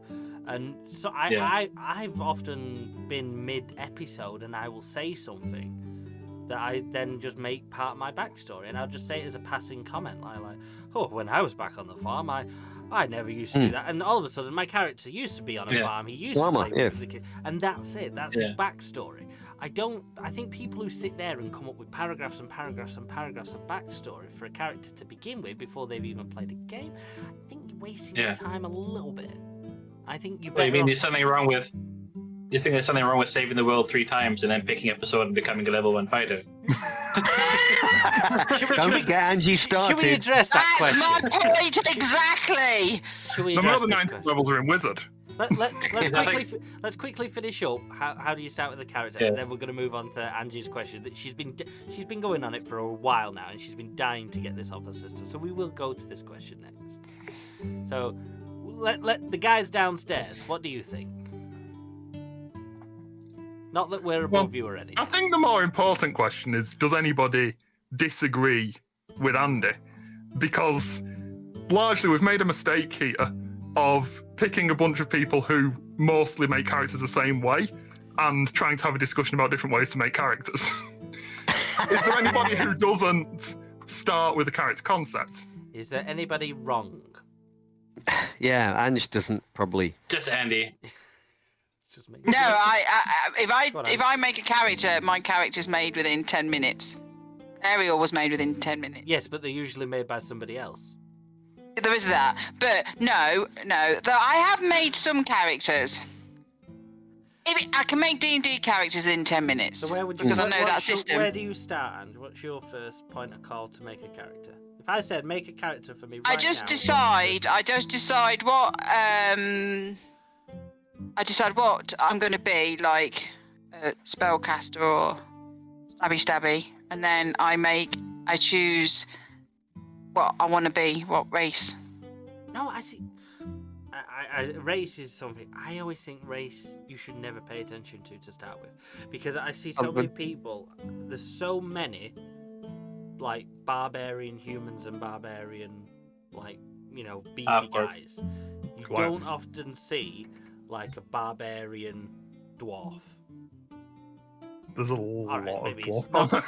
I meant a halfling. No, I just don't give it that much thought. I just make it, and then I just try and think of some way of how I want to play, how I want to play that character, and I just go, do I want to be this, that, and the other, and I let it naturally develop, and then I keep my backstory, which is why we're going to go on to the next question, and so no, I don't give it that much thought because of the way I think about the next part, which I'm not allowed to mention yet. Yeah. Well, Meow Nerva in chat there is saying that she likes to choose race first, or ancestry, or whatever we're going with at the moment. By picking that, sometimes gives you a slight inkling of what the backstory was going to be. Yeah, I mean, why not? Why not do that? Yeah, I do. I'm already arguing myself. I kind of do get picking race first on certain degrees. I would never say pick a class and a race that goes with it. Because I think if you do that, you might as well literally just go and wiki what's the strongest way to build any class. But then again, isn't there a danger of you kind of veering into the ridiculous as well? I'd love to see more wizard orcs. Yeah, I mean, but that's not necessarily a ridiculous thing, is it? I mean, like if you kind of start veering into the absurd, does it kind of harm the tone of the game that maybe your games master is trying to set up? Is there any danger of that? No. I mean, you're talking about like barbarian gnome or whatever. To be honest, I that comes to every character needs to have the seal of approval from the GM for his game. You know, you can sit there and make any character, but sometimes the GM might just turn around and say no. No. Yeah. So that kind of ties into it. It's like if you end up with a wildish character concept, then you kind of just have to work a bit more on like how your character became. Yeah. If you have like a gnome barbarian, like I don't know, say like Forgotten Realms, like how do they like? I suppose it's like the old. What sort of? Yeah, it's like the old World of Warcraft is that certain classes don't work with certain races and they just don't let people have those options. Yeah. Yeah, but I mean, we're not limited, so we're not limited by that kind of thing. I mean, there is still the potential for you to come up with some crazy, outlandish character that your GM is kind of thinking, shit. You wish they hadn't done that because that's going to really ruin the tone of this game I'm going for. But he doesn't want to stop you from playing whatever character you want to play. I mean that could make sense for like when you had Voter's Guide, like D&D, where now people have like they can create monstrous races. Like they would, in like a typical setting, would be like, oh, they wouldn't expect you to be like someone that would wander into town from the outskirts without causing trouble. That can kind of derail it. If they're trying to be like narratively consistent with the world they've created. But I would also sometimes argue that sometimes the weird and not expected is usually sometimes a lot more interesting. Not just for the player who's playing it, for the party. I mean, I most recently, I played Kadari's game, and I did something that no one saw coming. Right, we were literally, we were in knee deep in a goblin castle, right, and we killed the Goblin King, and we were all like, shit, how the hell are we gonna get out of this? And my character, a bard, right, used magic servant, picked up the dead corpse, and I used it as a puppet to get out, and it was like. I genuinely, I was holding it in from laughing. I think even Kadari wasn't happy with the situation because I rolled a natural on it, and he had to let it go. And it was bizarre, but you know what? It's those moments that are most memorable in a lot of games for me. Is not the standard battle that went perfectly and we all rolled high. It's the ones where it was like it was shit or something happened. And muted to mastermind. Someone dropped a bathtub on somebody's head. Oh, just go back to the goblin thing. Did you tie strings on his hands? No, because they used unseen servant. So basically it creates a ghost that your bard can control, and I made the ghost pick up the body and essentially animate it walking down the stairs. And then I'm just imagining kind of like a Monica the Bernie's kind of thing going on. But but then that's not how you would use that power or anything, and I think that's where I said doing something that's out of the norm. I mean that's a little bit different. That's a little bit different. I'm thinking about more in the kind of character as somebody deciding to create a character because it's so outlandish that nobody's ever thought of it before, and I guarantee you they have thought about it before, and it was probably a bit shit. But wasn't that how they discovered the Kobold barbarians are ridiculously overpowered? Kobold are ridiculously overpowered. That's why they have some I mean, potentially. I don't know. No one expects a Kobold to be a barbarian, yet it actually works. What's a Kobold? It kind of does. It doesn't really because you don't benefit. You don't get all the benefits from your class abilities because but then you have a -4 to strength. Are you not min-maxing it?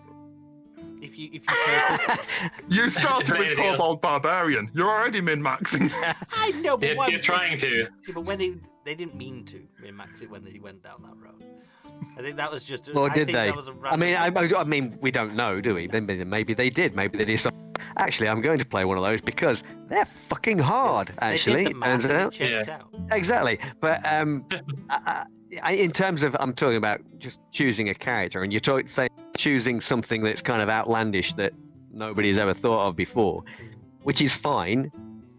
But what if it just becomes it's kind of absurd sometimes, and that maybe isn't necessarily in tone with. Is that an issue?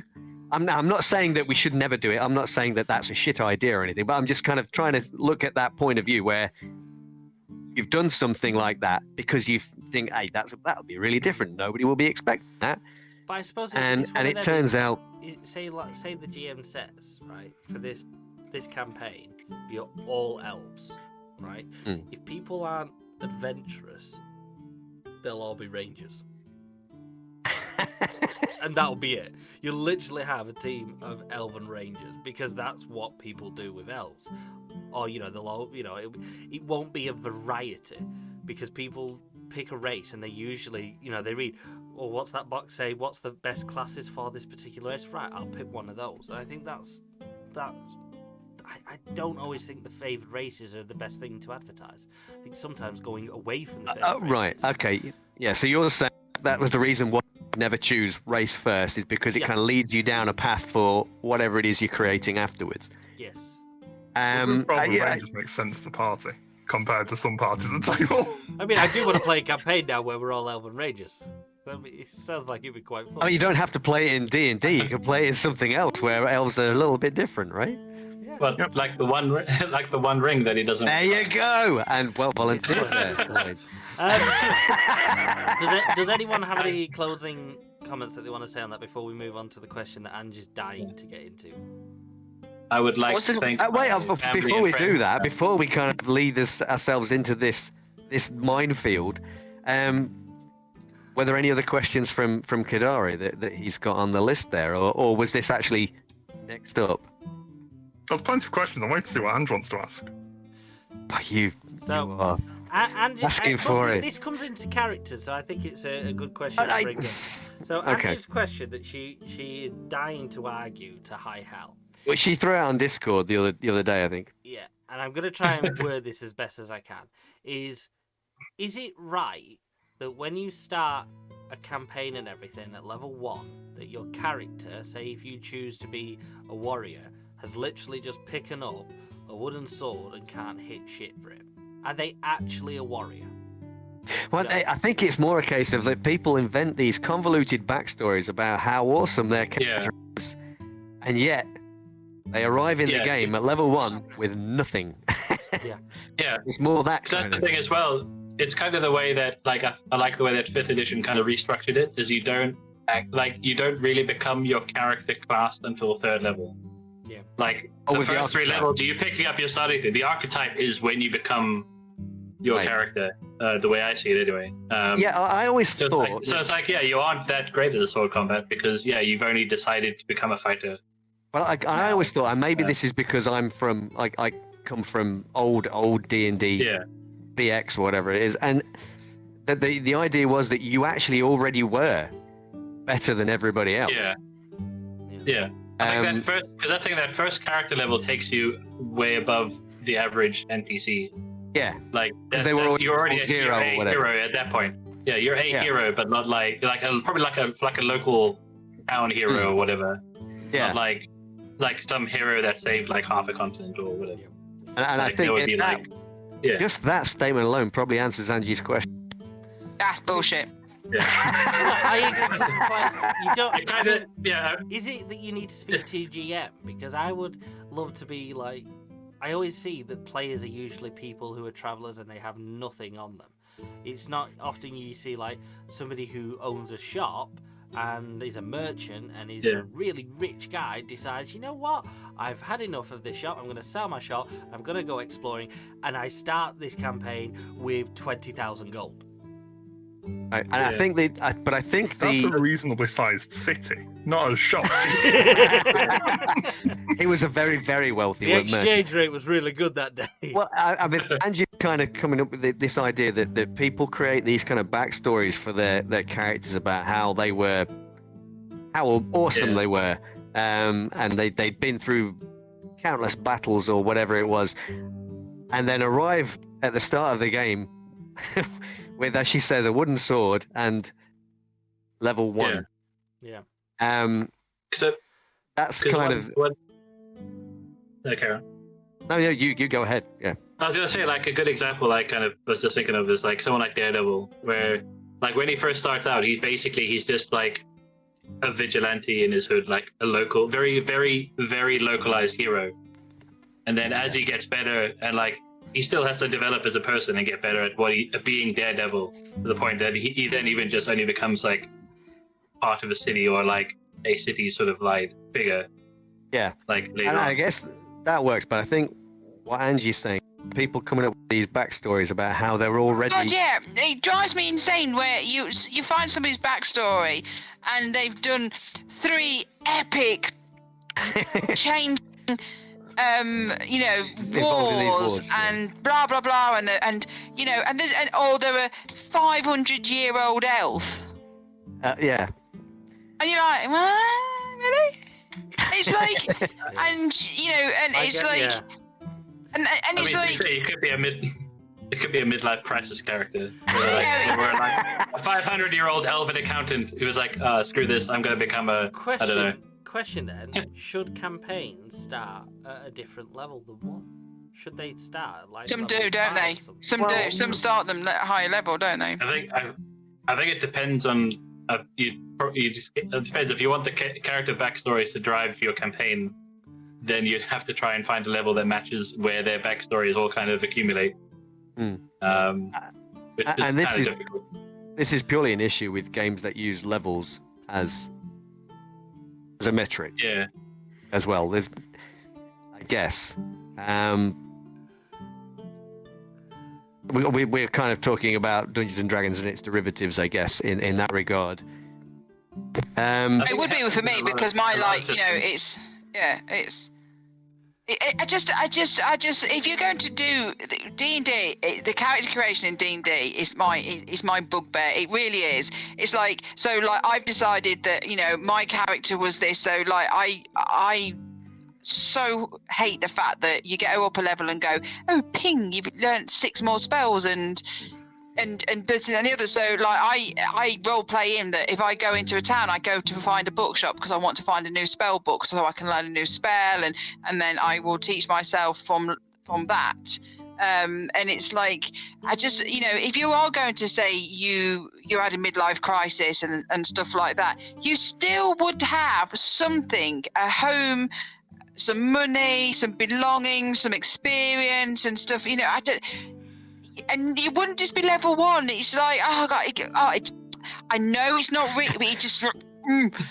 Yeah, I mean, it requires a suspension of disbelief, like any of these games do, right? And that's kind of it. Yeah, but my argument is, it's like if you're going to make a character, it's like you doesn't have to have this dramatic, like we said, this terrible trauma. No. It's like you have this character, like my character Ariel. I actually changed it a couple of times because as the story went on, she started to develop different a personality of her own, and I sort of fell into it. And then I did at one point because at one point I didn't trust anybody, and then I decided no, I didn't like that because it didn't fit as I learned the character. And I actually said to Corey, yeah, I'm going to change that now, and I changed it, and I trusted everyone. Yeah. You know what I mean? And it's like that's just, and then I made her sort of naive and talkative and stuff like that. So my character naturally, and then some of the traits just actually happened during the game. Obviously Ariel's being played now, but the issue that you have isn't anything to do with a particular game system, is it? Your problem is here is you're basically saying that people are creating characters that have these. Yeah, you have issues with these long-lived races like elves that are 500 years old and have just started adventuring. Yeah, but that's the bit that really gets me. Is you've got to suspend disbelief. I mean, the fact is that there are fucking elves that live for 1,000 years or whatever. So, there's not much you can do about that. It's just though, you say like they're level 1, but in comparison to the enemies that you come across, you're matched. And that's the thing, is as you play the game, you're always matching your enemies. So technically speaking, yes, you're level 1, but your character is always the same level in the world. They don't necessarily, because right. If on the first episode and they're level 1 and they fight a rat, it will take the same amount of hits as when they're level 15 and 17 in a big dungeon fighting a rat, because that rat in that dungeon will be of that same level. Why level then? That's a completely different topic, though, isn't it? Why would we level then? Because you might as well just all stay at 0, have no levels. If you're always going to be fighting at equivalent levels. They vary it up a lot more mechanically rather than just being like you're fighting the same thing. But for the same reason why you probably wouldn't do it, and is if we literally started the campaign now and said you're level 20, you would complain at the sheer amount you'd have to learn straight off the bat on that.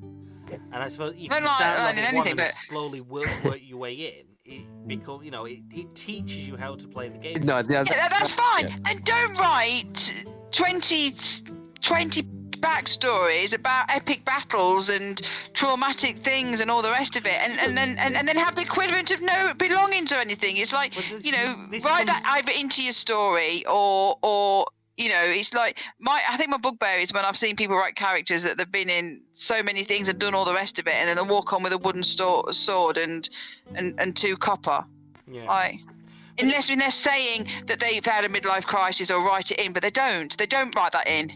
We as people would go, we'll write it in and say that he had this battle and then he lost everything and his house blew up and his ship sunk and he lost everything and now he's starting a new career. Yeah, that's fine. This is where I said, though, that I really think players shouldn't do too much backstory to start with. And I don't know, maybe leveling should be tied off with like breaks in the actual world where your character goes off and do something and you come back and say what your character did whilst he was off that has now made him better, and he's now learned these techniques. Maybe he went up to a monastery up in the hills and he learned a new fighting technique, or he went into this library and he studied and was taught a new spell sort of thing. Maybe that's where it would be better. I know we're agreeing then. That's what I'm saying. We're like-minded people that say that, but when you, as a DM or a GM, and then somebody comes up with this character, okay, I'll put it out there to the you guys, because I'm never going to run a game in my life. It's like, if you have this thing and this person turns up on your table, I'm going to do this to Lloyd first because he's not speaking. Lloyd, so you're playing your game and you get Lloyd or Kedari. Both of them, right? Okay, this is to you guys. Okay, I turn up on your table and I say, right, I'm a warrior. And I've been in the war of and this war and that war, and I fought and I was fantastic, and I give you this monumental backstory, but I'm level 1 and I'm still a warrior. Yeah, I mean the thing is you have as well, like if we want to use the Lord of the Rings examples we had earlier, like when was it Merry or Pippin where they were fighting orcs, like that's the thing, they fought in like this actual epic story battle. And like, they're better fighters afterwards, and that could be the point where that you would class them as a fighter. And also the thing as well is like, did your character was he actually awesome, or does he just think he was awesome, or did one of his friends tell him he was awesome? There's the thing; there's so many things that because of your backstory, there's an ego. That's the thing I would say as well. Like, if your backstory doesn't match your actual ability, then someone's lying somewhere.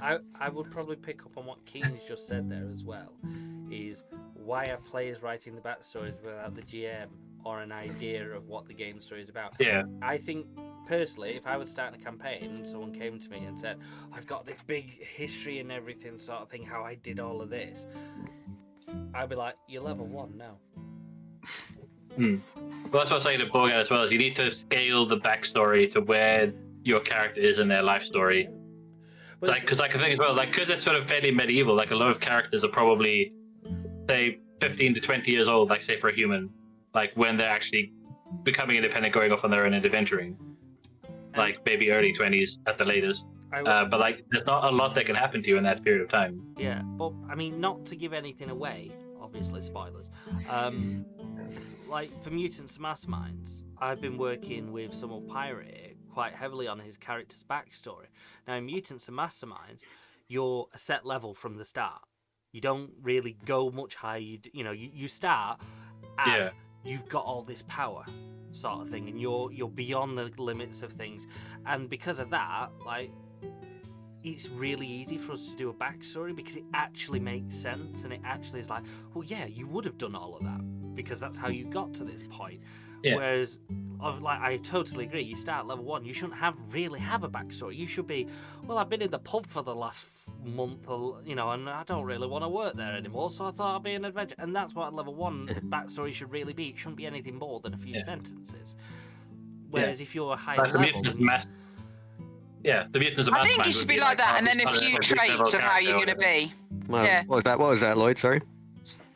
So like the Mutants Mastermind example would be like if you came in as a character that's like above 10th level, like at a higher level, because then you are a hero, like you're a big damn hero at that point, because well, like you're rubbing shoulders with lords in general. Much a god if you go to. I mean, this is kind of the difference with Mutants Mastermind. For one, it's not a level based system anyway, so this isn't really the same kind of argument, really, I guess.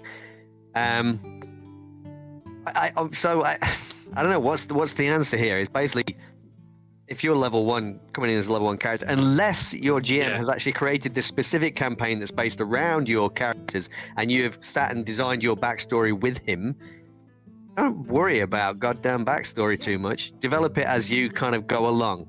Is that perhaps the best advice that we could? I'd say probably. I'd probably like if you're doing first level, probably a good one would just be to bullet point things about your character. Like family, friends, like the one the saying in the chat, the one I like is like Fate and the sort of its spin-offs too, where you have like there's a part of your character creation where it's like at least 2 people in your party, and you're like, these are previous encounters you've had with them, like other adventures or just encounters, and that gives you existing relationships, because it also avoids the other problem of like how does the character with your background relate to anyone else in this random group. I guess with games Fate and Powered by the Apocalypse as well, though, is that your characters start off perhaps more competent than your average character in D&D or Carbon 2185 or whatever, and so therefore it makes more sense to have those kind of relationships. I mean, there's nothing stopping you from doing that in D&D, is there? Though, creating those kind of links to other characters. In fact, that would be great, right? If more of us did. Yeah, it helps a lot because it avoids the whole we meet in a tavern sort of situation where it's like if I have random people sent on a mission where you're like, oh, I'm friends with him, he's friends with her, and like you're like a string of like 2nd and 3rd degree contact rather than 5 complete randomers that show up at one evening to accept a quest. I think the problem with backstories is people, when they think, oh, I want to write a backstory for my character, they always want something exciting. Nobody really wants to go, there isn't one. I literally I grew up in the town near here. My parents is a blacksmith and a worker at the inn. But funnily enough, that is I would say that's a good backstory, because then if you're in that town, you could argue that when you go to the blacksmith, you can get things cheaper because it's your dad. Yeah. I did that with my Furbolg.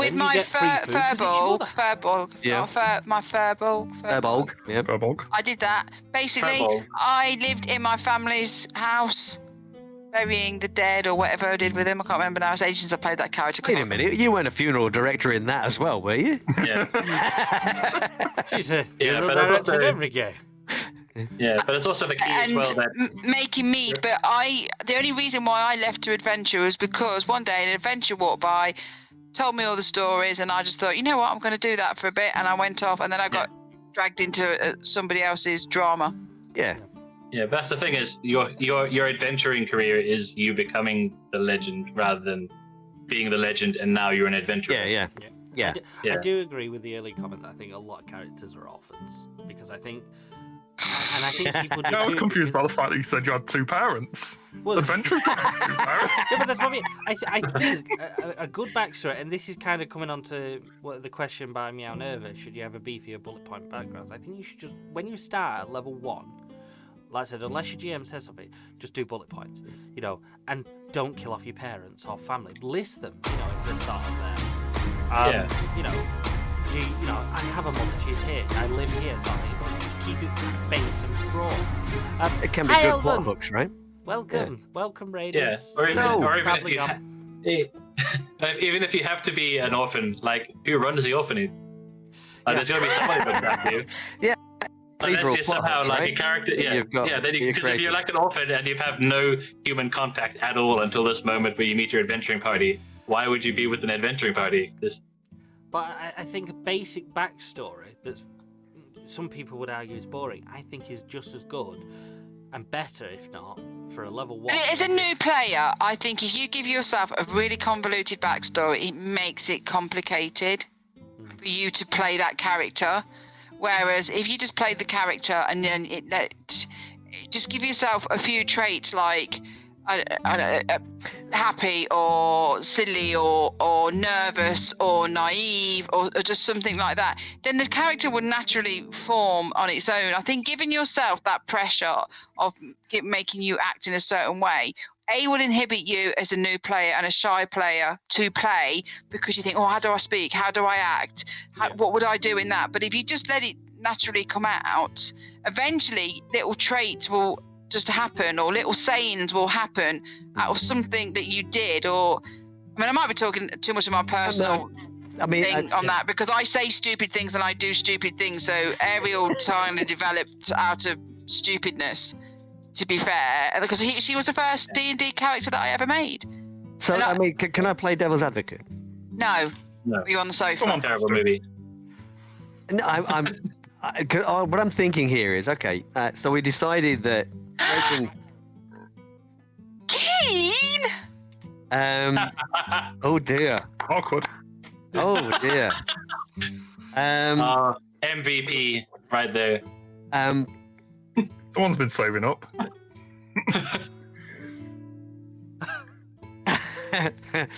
What a bombshell! There's questions. So, yeah. There'll be questions, I think, asked. As you were, I'm going to play devil's advocate. Play devil's advocate. Continue. And say, what if you can create your convoluted, in-depth backstory, generates kind of all these adventure seeds and plot hooks for your GM? Is that not a good thing? Ange can't answer this, obviously, but I mean, the thing is, it can be, but it's the scope that's kind of important. Like having a character that, like if you're first level, I probably expect that your character has, like a single inciting incident that's made them want to be an adventurer, of whatever description. Like whether it's made them a warlock or they've run off and they want to be a warrior to like save their town or whatever. Yeah. Like the scale has to kind of match what they're doing. Like more plot hooks is always better, but so long as it kind of makes sense. Like rather be like, if you're just starting out, you probably have a small pool of like close acquaintances, and if you're starting later on, you would probably have much more developed connections. You maybe even know like a secret faction or whatever. What do you think, Dari? I mean, as far as backstories in general are concerned, there are two purposes for your backstory. It informs you of how to roleplay that character, which is what Angie was saying with making a list of traits for the character. Yeah. And it informs your DM how to, A, fit that character into the story, and B, introduce character elements. You can't write things if you're timed out. That's communicating. How to introduce character elements into the story, and how to specifically target that character with storyline elements. Yeah. And you can do that as a long list of prose, or you can do that as bullet points, but essentially all you're trying to do is have those 2 points of how do I play this character, and how do I want the DM to interact with this character. Yeah. And anything past that, sort of, if you want to write that you were in 600 battles, you know, you've been in every war in the continent since you were born 500 years ago, then what were you doing in all those wars? Scavenging the corpses? Yeah. I mean, you're a level 1 fighter. You don't you clearly haven't fought in 500 wars, but we were just there to loot the corpses. Yeah, so just while Angie's timed out, should we just agree that, like, over-the-blow backstories are what are the way forward, and then we'll move on to the next topic? Yeah. Just make bullet points, mate. Yeah. See, we're not even agreeing right now, are we? Just make bullet points, mate. Yeah. Save some time. 1,000 bullet. Yeah, 1, let's not 000 spend bullet too much time on backstory. You develop that as your character goes along. Yeah, I honestly would say do it light to begin with, and like I said, build it up as you play, and say things when you're in conversations, and then that, like I said, that becomes part of your backstory. Because the other thing is, as well, is if you have a really complex backstory, you've got to remember that shit every day. Yes. And when you're in conversations, you'll be like, oh, hang on, let me just read my backstory to what I did, because I can't fucking remember. And it's like, First page of all my notebooks is just notes on my own backstory. Yeah, I've known at least one person with a Google Drive with a 6-page character backstory and heraldry and whatnot. Yeah. Have we got time for one question if we kind of try and keep it within a relative time? Well, we'll be really quick because I'm just muted at the moment. I mean, pretty much. And I mean, to be fair, all time's all relative anyway, so let's go for it. Also, to finish off this, really, you need to watch out, mate. No, I don't think so. You're dead. I think they can hear you, Ange. I think we you can't. might not be able to. Oh, we can't hear you. I can hear you, Ange. Oh. It's been timed out. Sorry, Mark. Sorry, Mark. I can't deal with you. Except for you. I wish I could. I'm sure you would have fun. But yeah, to That's finish quite off mean. the sort of... That's quite mean, actually. Okay. That was 10,000 channel points. Yeah, but I think Andy's muted you.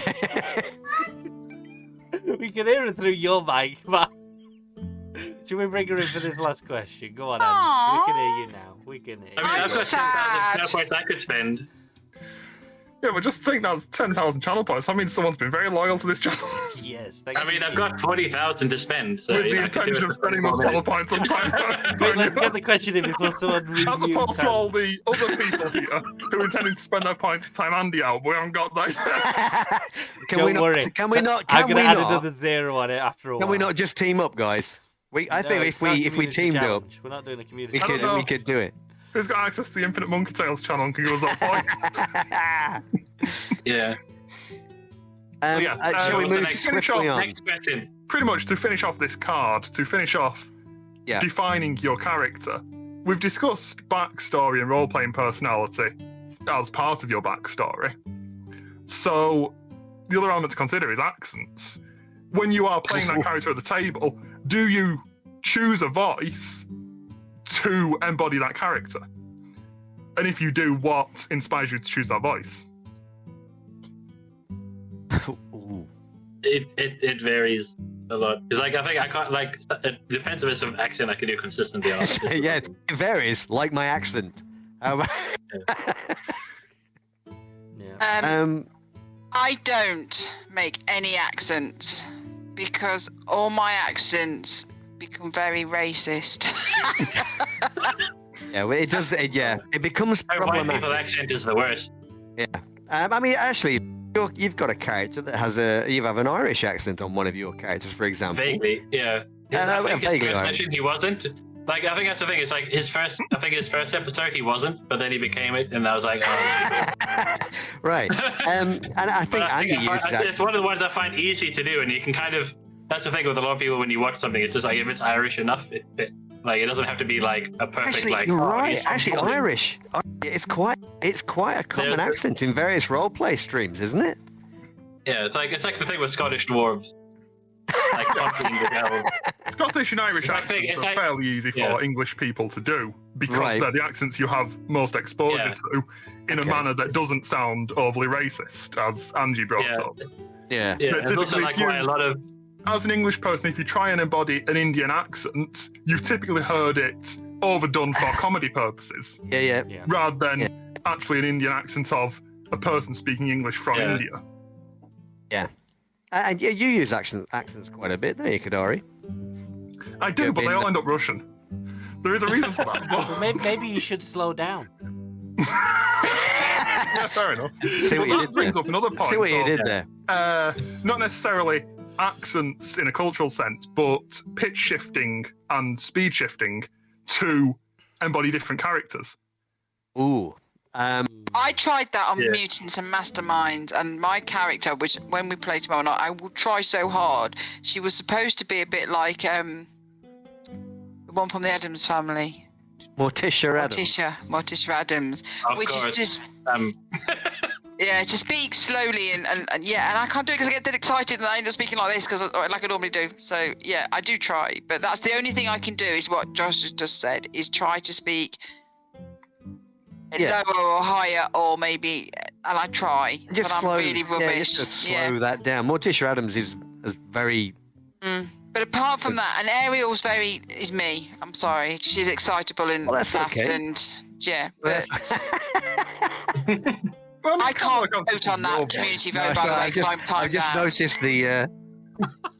There aren't enough people in this channel to manage that on one day of a max of 2,000. It's not possible. No, I just want people to sink all the points in it, then they're further away from being able to mute me. Yeah, it's all The benefit is That's Bobbins. But now I know your master plan. Mobile chat can't do it.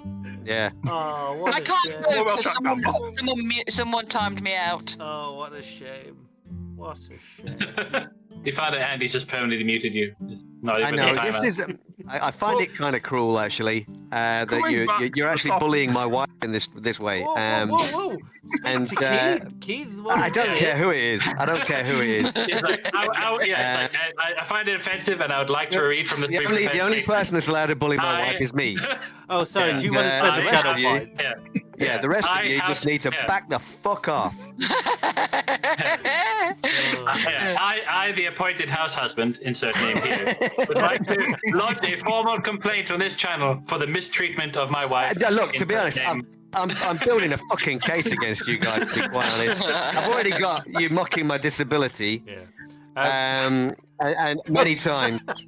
You guys are going down. I should point out, if you're new to this stream, we all love Ange. Ange is a pillar of this whole thing. If you're new to the stream, you've already left. Yeah. You know what? Yeah, carry on. Ignore me. If you're new to this stream, it just means we haven't got anything to blackmail you with. Let's see. Yeah. But no, yeah. Joking aside, no, we love each other. Okay, yes, I play a male grumpy character in Kadari's Heckness. She plays me. It did seem obvious. What did I do? I played a grumpy character. Oh, God. Yeah, it's kind of delightful. It is. But I did. But then I did make a silly trait. I always make a silly trait, and what was my trait in that one? Is I'm always asking for food. What am I going to eat? Food. Pies. It's me. She's playing me, aren't you? Yeah. Yeah, Where's all the rum gone? Oh yeah, he's in that campaign. He knows. Oh yeah. Last question. Last question. I'm going to sneak this one in because I think this is a quite straightforward question. Please. This Gone on is far from- too long. This is from Borga. If you don't already, would you play a character of a different gender? Just answered that. You did answer that. Only you, though. You did. Only you. There's other people here. All right then. It's only me that matters. Fair enough. Let's just stop it here then. Problem solved. You've answered all the questions. Yeah. Go ahead. Yeah. You have my permission to speak. So I'll be brief on it. Personally, I wouldn't. It's not that I'm against it. I feel like I would probably be more offensive if I tried it. Yes, Yeah, there's I always think, that danger. It's a problem. Not having the life experience to play that. Well, like if I was playing a female character around other guys, like you probably would be acting off like trying to avoid the same kind of like stereotypes or whatever. Like they probably wouldn't notice it, but I imagine if you tried to play it while with women watching, they'd be like, "Oh God, this either." There's no way you're gonna be able to do it like accurately. I don't think. I think the thing is gender. I honestly, I don't think gender is a thing in TTRPGs. I think once the game's going, it very rarely ever comes a thing. It's more your character. You know, I can be a broody man or a really jolly sort of guy. Chances are, unless I've literally said I'm a guy, I'm just a character.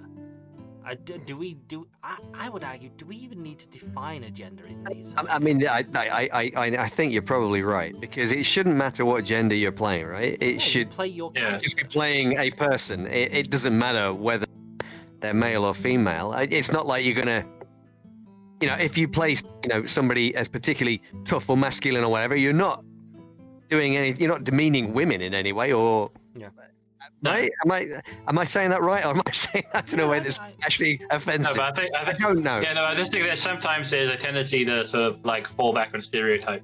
Yes, and that's if you're playing something you don't understand, that can create problems. Just in a general sense, not even specifically for this company. You could just play the character in the same way you would play, regardless of gender, and it doesn't matter. If you don't think about it, you probably do a better job. That's it. Probably, yeah.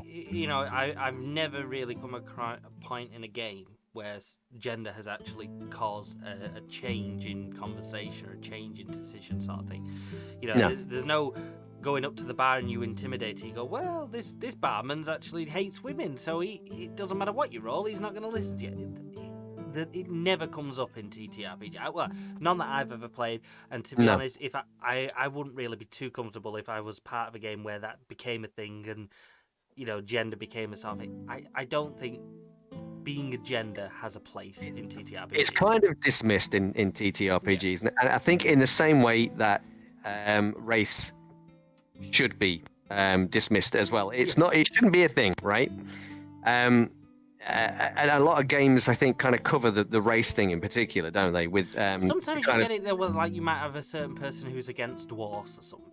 Well, maybe, but I'm kind of thinking about maybe historical games, and particularly in relation to black people or whatever. And we know that it was a terrible, terrible time back in the 20s or 30s. I'm going back to kind of Call of Cthulhu. And it has been addressed in a lot of games, that kind of thing. I think gender should be addressed in kind of the same way. It doesn't fucking matter what people thought of about whether women should be working or staying at home back in 1936 or whatever. It shouldn't fucking matter. No. It's irrelevant. It's pointless, and it doesn't really add to the game. Nah. No, I don't feel it brings anything to the game on which gender you've decided to be your character. I think it really adds nothing. And to be honest, I think it kind of comes into the same categories when people dictate heights of character and colours of hair of character. It's just for a descriptor. I don't think it has any effect on the game. Personally, I would probably say try and have the voice for it. If you don't have the vocal range, it's always going to be a bit of a breaker on role play. If you decide you're going to be a woman, you've got a really dark, husky voice. I don't know. Just talk. I'd agree with that. You don't need to try and do a voice. Yeah, I think... That makes me laugh on some of the podcasts that I listen to, because we listen to a lot of podcasts on playthroughs, and they all start with an accent, and then it just becomes a bit of a joke halfway through that the accents change into something really quite strange as they're going along. So I just can't do any accents, so it's just I can't do any. Gender or to be honest, I don't generally... I got to admit, I don't play female characters generally.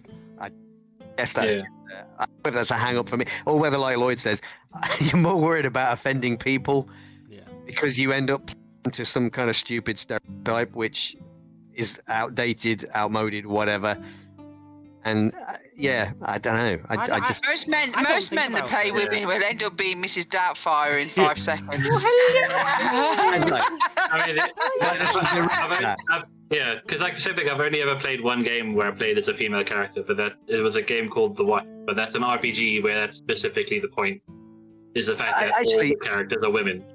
Yes, and it's not the one about the female World War I pilots or something, is it? There's one. No, it's sort of one of those ones like Power by the Apocalypse ones, and it's sort of like all the characters that are able to function are female. Right. Because the men get corrupted by the darkness, and it's kind of and role playing and toxic masculinity. So that's that kind of thing where it kind of works. But it's like the only time I've actually ever done it. But then you just play a character. Yeah. Like it's again like the gender doesn't come into it as much as it's probably intended. No, and I think, particularly in fantasy games or whatever, it doesn't fucking matter anyway, right? I would argue every day of the week it makes no difference. Yeah. If you want to do it, But it's the same with sexuality, isn't it? Yeah. As well. I mean, I know that was kind of listed on the card as well about that kind of. Yeah. What bearing does it have on the game? No. Yeah. It's nice character development, and maybe in a a certain scene you might I hit on it. If the GM has any sense, they usually will just go with it regardless, because it's one of them. If you're trying to be seductive, doesn't matter what your gender. In a way, you can always be seductive, sort of thing. I don't think it matters. It's one of them. I think that's just player choice, but I don't think it's a big thing to even really consider. I don't think I've ever played in any game where any seduction. Seduction's always a bit of a thin line on most of these games anyway, mainly because you're usually talking to a big fat guy who's running the game. It's something that should I'm be including established myself in on Session that. Zero. Yeah, I Largely think is a separate topic. Oh, isn't not that, a separate yeah, topic. that's kind of boundaries and things yeah. like that as well, right? In a Session Zero, you should be discussing what your boundaries are as players. And if you don't want to experience seduction or any sort of sexual or romantic related content in the game, you bring that up in a Session Zero and say that you're not comfortable with that. Yeah. And as a result of that, that shouldn't happen at the table. If it does happen, you need to have a talk with your GM about. Yeah, I think my lack of experience comes in there, because literally I've just played with you arseholes for X amount of time. Well, when you're playing sort of, we play one-shot, so short-term campaigns here. And because we're playing with most of the same group of people and we know what each of us are comfortable with, there's not as much reason to have a specific Session Zero for everything to establish what you are and aren't comfortable with. But I would say if we were doing a pre-made campaign where you're just given a character to choose from, I wouldn't think twice about picking a character based on the gender.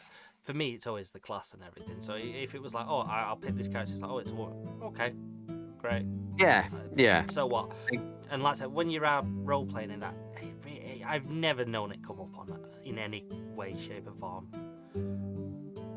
Otherwise, it'd be really awkward when every time you go to the armor smith and it's like, can I buy this chest plate? I'm sorry, it's a woman one. Great. It's just one of those. Do you have women one? Well, it's that same argument. Sure, right? You're a big oak. You're an orc, and you loot a kobold, and you get a chest plate off him, and suddenly it fits you. It's like... if it works in World of Warcraft or Guild Wars, yeah. It's magical. Oh my god, I'm just reading Keith's Don't comments. repeat that in the stream. I'm not going to repeat that in the stream. Wow. No, what Keen's comment? The trouble is with us, Thank you, Keen. we wouldn't do that because we'd all be so embarrassed, be like that. Well, but that's exactly the point. We just You wouldn't do it, should would be we? able to establish that the people at your table aren't going to introduce content you're not comfortable with. Yeah. And that would be content you're not comfortable with in most cases. Was this kind of maybe was it guy and like teens or pre-teens maybe? I mean, this might also just be a case where he's paraphrasing, and the guy just took his shirt off and he's just waving around his head like a helicopter, and he's completely paraphrased it to make it sound horrendous. He is keen. You gotta watch that guy. Yeah. No, I genuinely don't think it is an issue. I wouldn't say no. I don't think about it, to be honest. I think that's a completely different discussion, though, and I don't think it's one that I would, as a group, we would touch on. I think. Well, in terms of gender in role playing, gender in role playing's fine, but anything to do with, I don't know, sexual speak to your GM. Encounters, it's the game. That's a whole. I mean, we say that, but I mean, look at Apocalypse World, for example, which actually is it Apocalypse World or what's the monster one? Monster Hut. Monster Hearts, where characters actually have sex moves. Yeah, but then now you want to play it, don't you guys? Should we stream it? Monster Hearts has a very specific theme. Yeah, that's the thing. Don't If you play a game with a very specific theme, then it's Monster kind Hearts of theme is implies that that's why you're playing it. If you go into a certain games are outright like that. And for example, I would say Vampires the Masquerade that we're setting up. It's a very dark game. There's a lot of murder, there's a lot of violence, bad people. That's the game you're getting into. If you're getting into a game like that, and you get, and it's like, you don't watch Game of Thrones if you get sick at the sight of blood. The show's not shit because it makes you feel sick. You're stupid for watching something that is not, within your comfort region. Go watch The Crown; it's much better. Okay, certain games have levels. If you're playing My Little Pony TTRPG, there's not a lot of bloodshed going on in that game. If you play My Little Pony, no. Someone told me that I'm wrong on this. But it's that kind of thing. It's like, but that's the thing is, it doesn't matter if it's like, it's like a gothic setting. Like there's levels of dark, and then there's still dark. There's like dark and gory, or like twisted is fine. But then there's still people will use it as like a bit of a smoke screen, where it's like, it's a dark and edgy setting, and then these horrific things that if you did them in real life, you would go to prison. Yeah. So basically, it's dark or gory, or you're playing Fatal, and But oh my god, it should come down to your GM. If your GM's not sure, the GM should have a responsibility to speak to the players and go, look, I'm planning on doing this in this campaign. I just want to get a touch on base on what you guys think about it. Is it something that you would rather put a line out? Or, to be honest, I would always recommend the X system, the X card. And for those of you who don't know what the X card is, you agree beforehand, all your players get a little X on a little card, and if you go into a subject that they don't want to talk about, and it's not always sexual, sometimes it could just be traumatic for them, that it's a history. They flash you the X card, and that's it. You stop.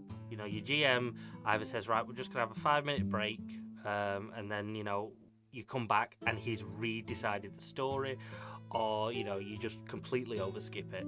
I think veils and curtains system. Fade to black. The lines and veils thing is that's the broad strokes of what you can think of when you start, and then the X card is for anything you forget. So I think it's up to your GM. Certain games are you more likely to encounter it. I would say if you're playing Dungeons and Dragons, it shouldn't really come up, and if it's going to, your GM should really have mentioned it. Because there's certain games I would not expect to see that sort of content. Mutants and Mastermind, Dungeons and Dragons sort of thing. They're usually light-hearted systems and everything, and games should be light-hearted and fun. At the end of the day, you're in it for fun and a bit of interest sort of thing. If you want to watch that, there's websites for that, guys. Is that? Or you could always join my Eternal Life. YouTube. OnlyFans. Yeah. You can join his Eternal Life campaign running Fatal. Yeah. Jesus Christ. Should we wrap it up, because otherwise we will be here all night gambling on. Thank you to everyone. No one's complaining so far. We've got through the cards we needed. Yeah, that's it. We've got more. We've got a lot more. It's mostly GM stuff, but there was a question there that was made by Borg. I think Keen jumped onto it. I've not ignored the question. I will pass that over to Kadari, and we'll bring that question in on the next Q&A. Don't worry, Borgat just sends me all his questions out anyway. And Borgat, the 2 questions that you've asked: can I take off my sunglasses? No. And the second time, that's surgically attached. No. That's still surgically attached. But the green screen brings out your rosy cheeks. It's a shame to cover them up with those glasses. Yeah, I do apologise, guys. I'll be honest with you, my eyes haven't been the best today, and they're absolutely crying like crazy, and I don't want to be on stream with big red eyes all swollen and everything, so thank you for your concern. Yeah. It's not I think Bambi during the pre-stream may have been a mistake. He gets all emotional. It really gets me. Yeah. I also think "thank you for your concern" has a very different feel when I know you're saying it to Borgat. We both know what you mean.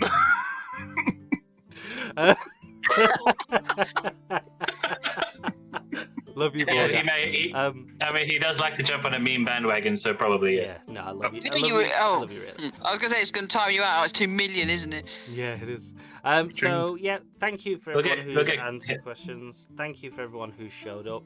Thank you to Elvin for that host. That was much appreciated. Thank you. I hope you had a good stream if you're still here. And thank you, Manithra, for resubscribing for 3 months. Thank you very much. Always appreciate it. Thank you. Thank you for timing me out, and thank you for making me losing my moderation status. Have you actually lost your mod Holy status? Yeah, you need to reapply that. Serious. That's When pretty users find serious. out they lose mod and editor privileges Oh, immediately. that's brilliant. That's the best 10,000 points that's ever been spent on this channel. When I hover it over, it says it only gives me the option to unmod. I'll fix that later. You'll have to refresh your page. Because she was a Oh. moderator when that page existed. But she Well- isn't now because someone timed her. Yeah. Well done, Keen. You that is brilliant. I thank you for that. Keen's 3 steps ahead. Yeah, I might take down that challenge. It's a bit weird, isn't it? So something. Thank you everyone Yeah, for I watching. think it all does open it up for bullying as well. And I think that she does have a very good case against you all. But I think we can leave the other one on because we all want to time Amanda eventually. To be fair, she gives as good as she gets. Don't worry, guys. So thank you for watching. If you do want to support our channel, we would more appreciate it if you follow our channels, follow our Discord, follow our YouTube, and follow our Twitter. Please subscribe to our goddamn YouTube. Costs Guys, nothing. come on, get onto my YouTube. Literally No one's nothing. there. I bet everybody that's actually in chat right now already subscribed to our Go and YouTube. subscribe. And I'm bitching at them. Just go onto YouTube. It's the same content, but you can pause it and go make a brew. You can, and you can sit and work and listen to us. Talk God, sounds like bollocks. flooded. I'm holding off thank because you the very more much. irate you get. I Hey, can't get end the you. stream now because all these subscriptions have got to run through. Thank We've you gotta very hit the much. drums. Thank you very much. Woohoo! You're lovely, lovely people. We do We're love on our way to our next emoji. So yeah, do get in the Discord, do get involved. Guys, we'll happily chat anything, and we will mainly talk about TTRPGs. Let's play some games. Let's play Why some not? Play some games. Yeah, and so sign up to Traveller, sign up to the Eternal Lives, speak to Mark or Pale, and speak to Andy when he decides what game he's going to play. On Stop Buying them. For Mutants and Masterminds, if you want to play Yeah, Mutants and Masterminds. Mutants and Masterminds. Which will be here tomorrow night at 9 PM. Make sure you're here because it is the start of a new episode.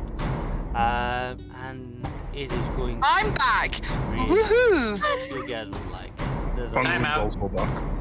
Yeah, I'm gonna. Yeah. Actually, I haven't played Mutants since November. No, you haven't. That's not great. If you missed the last few Mutants, do check out our YouTube. All the videos are there. Best place to go and see them. And you can always hit that subscribe thing as well while you're there, because it costs you nothing. Ding that bell. No, I the think plus side, he no, wants the- you all on the to other sign side- on to Yeah, to the I should point out- YouTube, please. Yeah, I should point out that he's like there are times when he's less grumpy, and then Yeah. when he's Never. Never. he's You've just never seen me less grumpy, ever. Anyway, it's lovely to see you all. We're You're all such a amazing. charmer. Hope you all have a really nice weekend and everything. Don't Yeah. And we'll see go you. anywhere because we are going to raid somebody in 2 seconds. Yeah. Oh, 2 wait. seconds have passed. Okay. Yeah, we There we go. Okay. Right, so we are going just to know that we love raiding you. We love all of you. It's a Skagger. lot more than 2 seconds. He does some really Big nice event. tabletop role-playing games. Do say hi to him. Do spam the monkey emote, our lovely Frank, and just Dennis. Dennis. And if you're interested, I'm not expecting you to follow, but if it's something you're interested in, do follow him because he is a very funny guy and everything. So thank you all for watching, and we'll see you over there. Goodbye. Should I cue this up first? But goodbye. We'll see you in a bit. Goodbye. We just keep saying goodbye until we go. Just keep Just saying keep goodbye. saying. Bye. Just keep saying.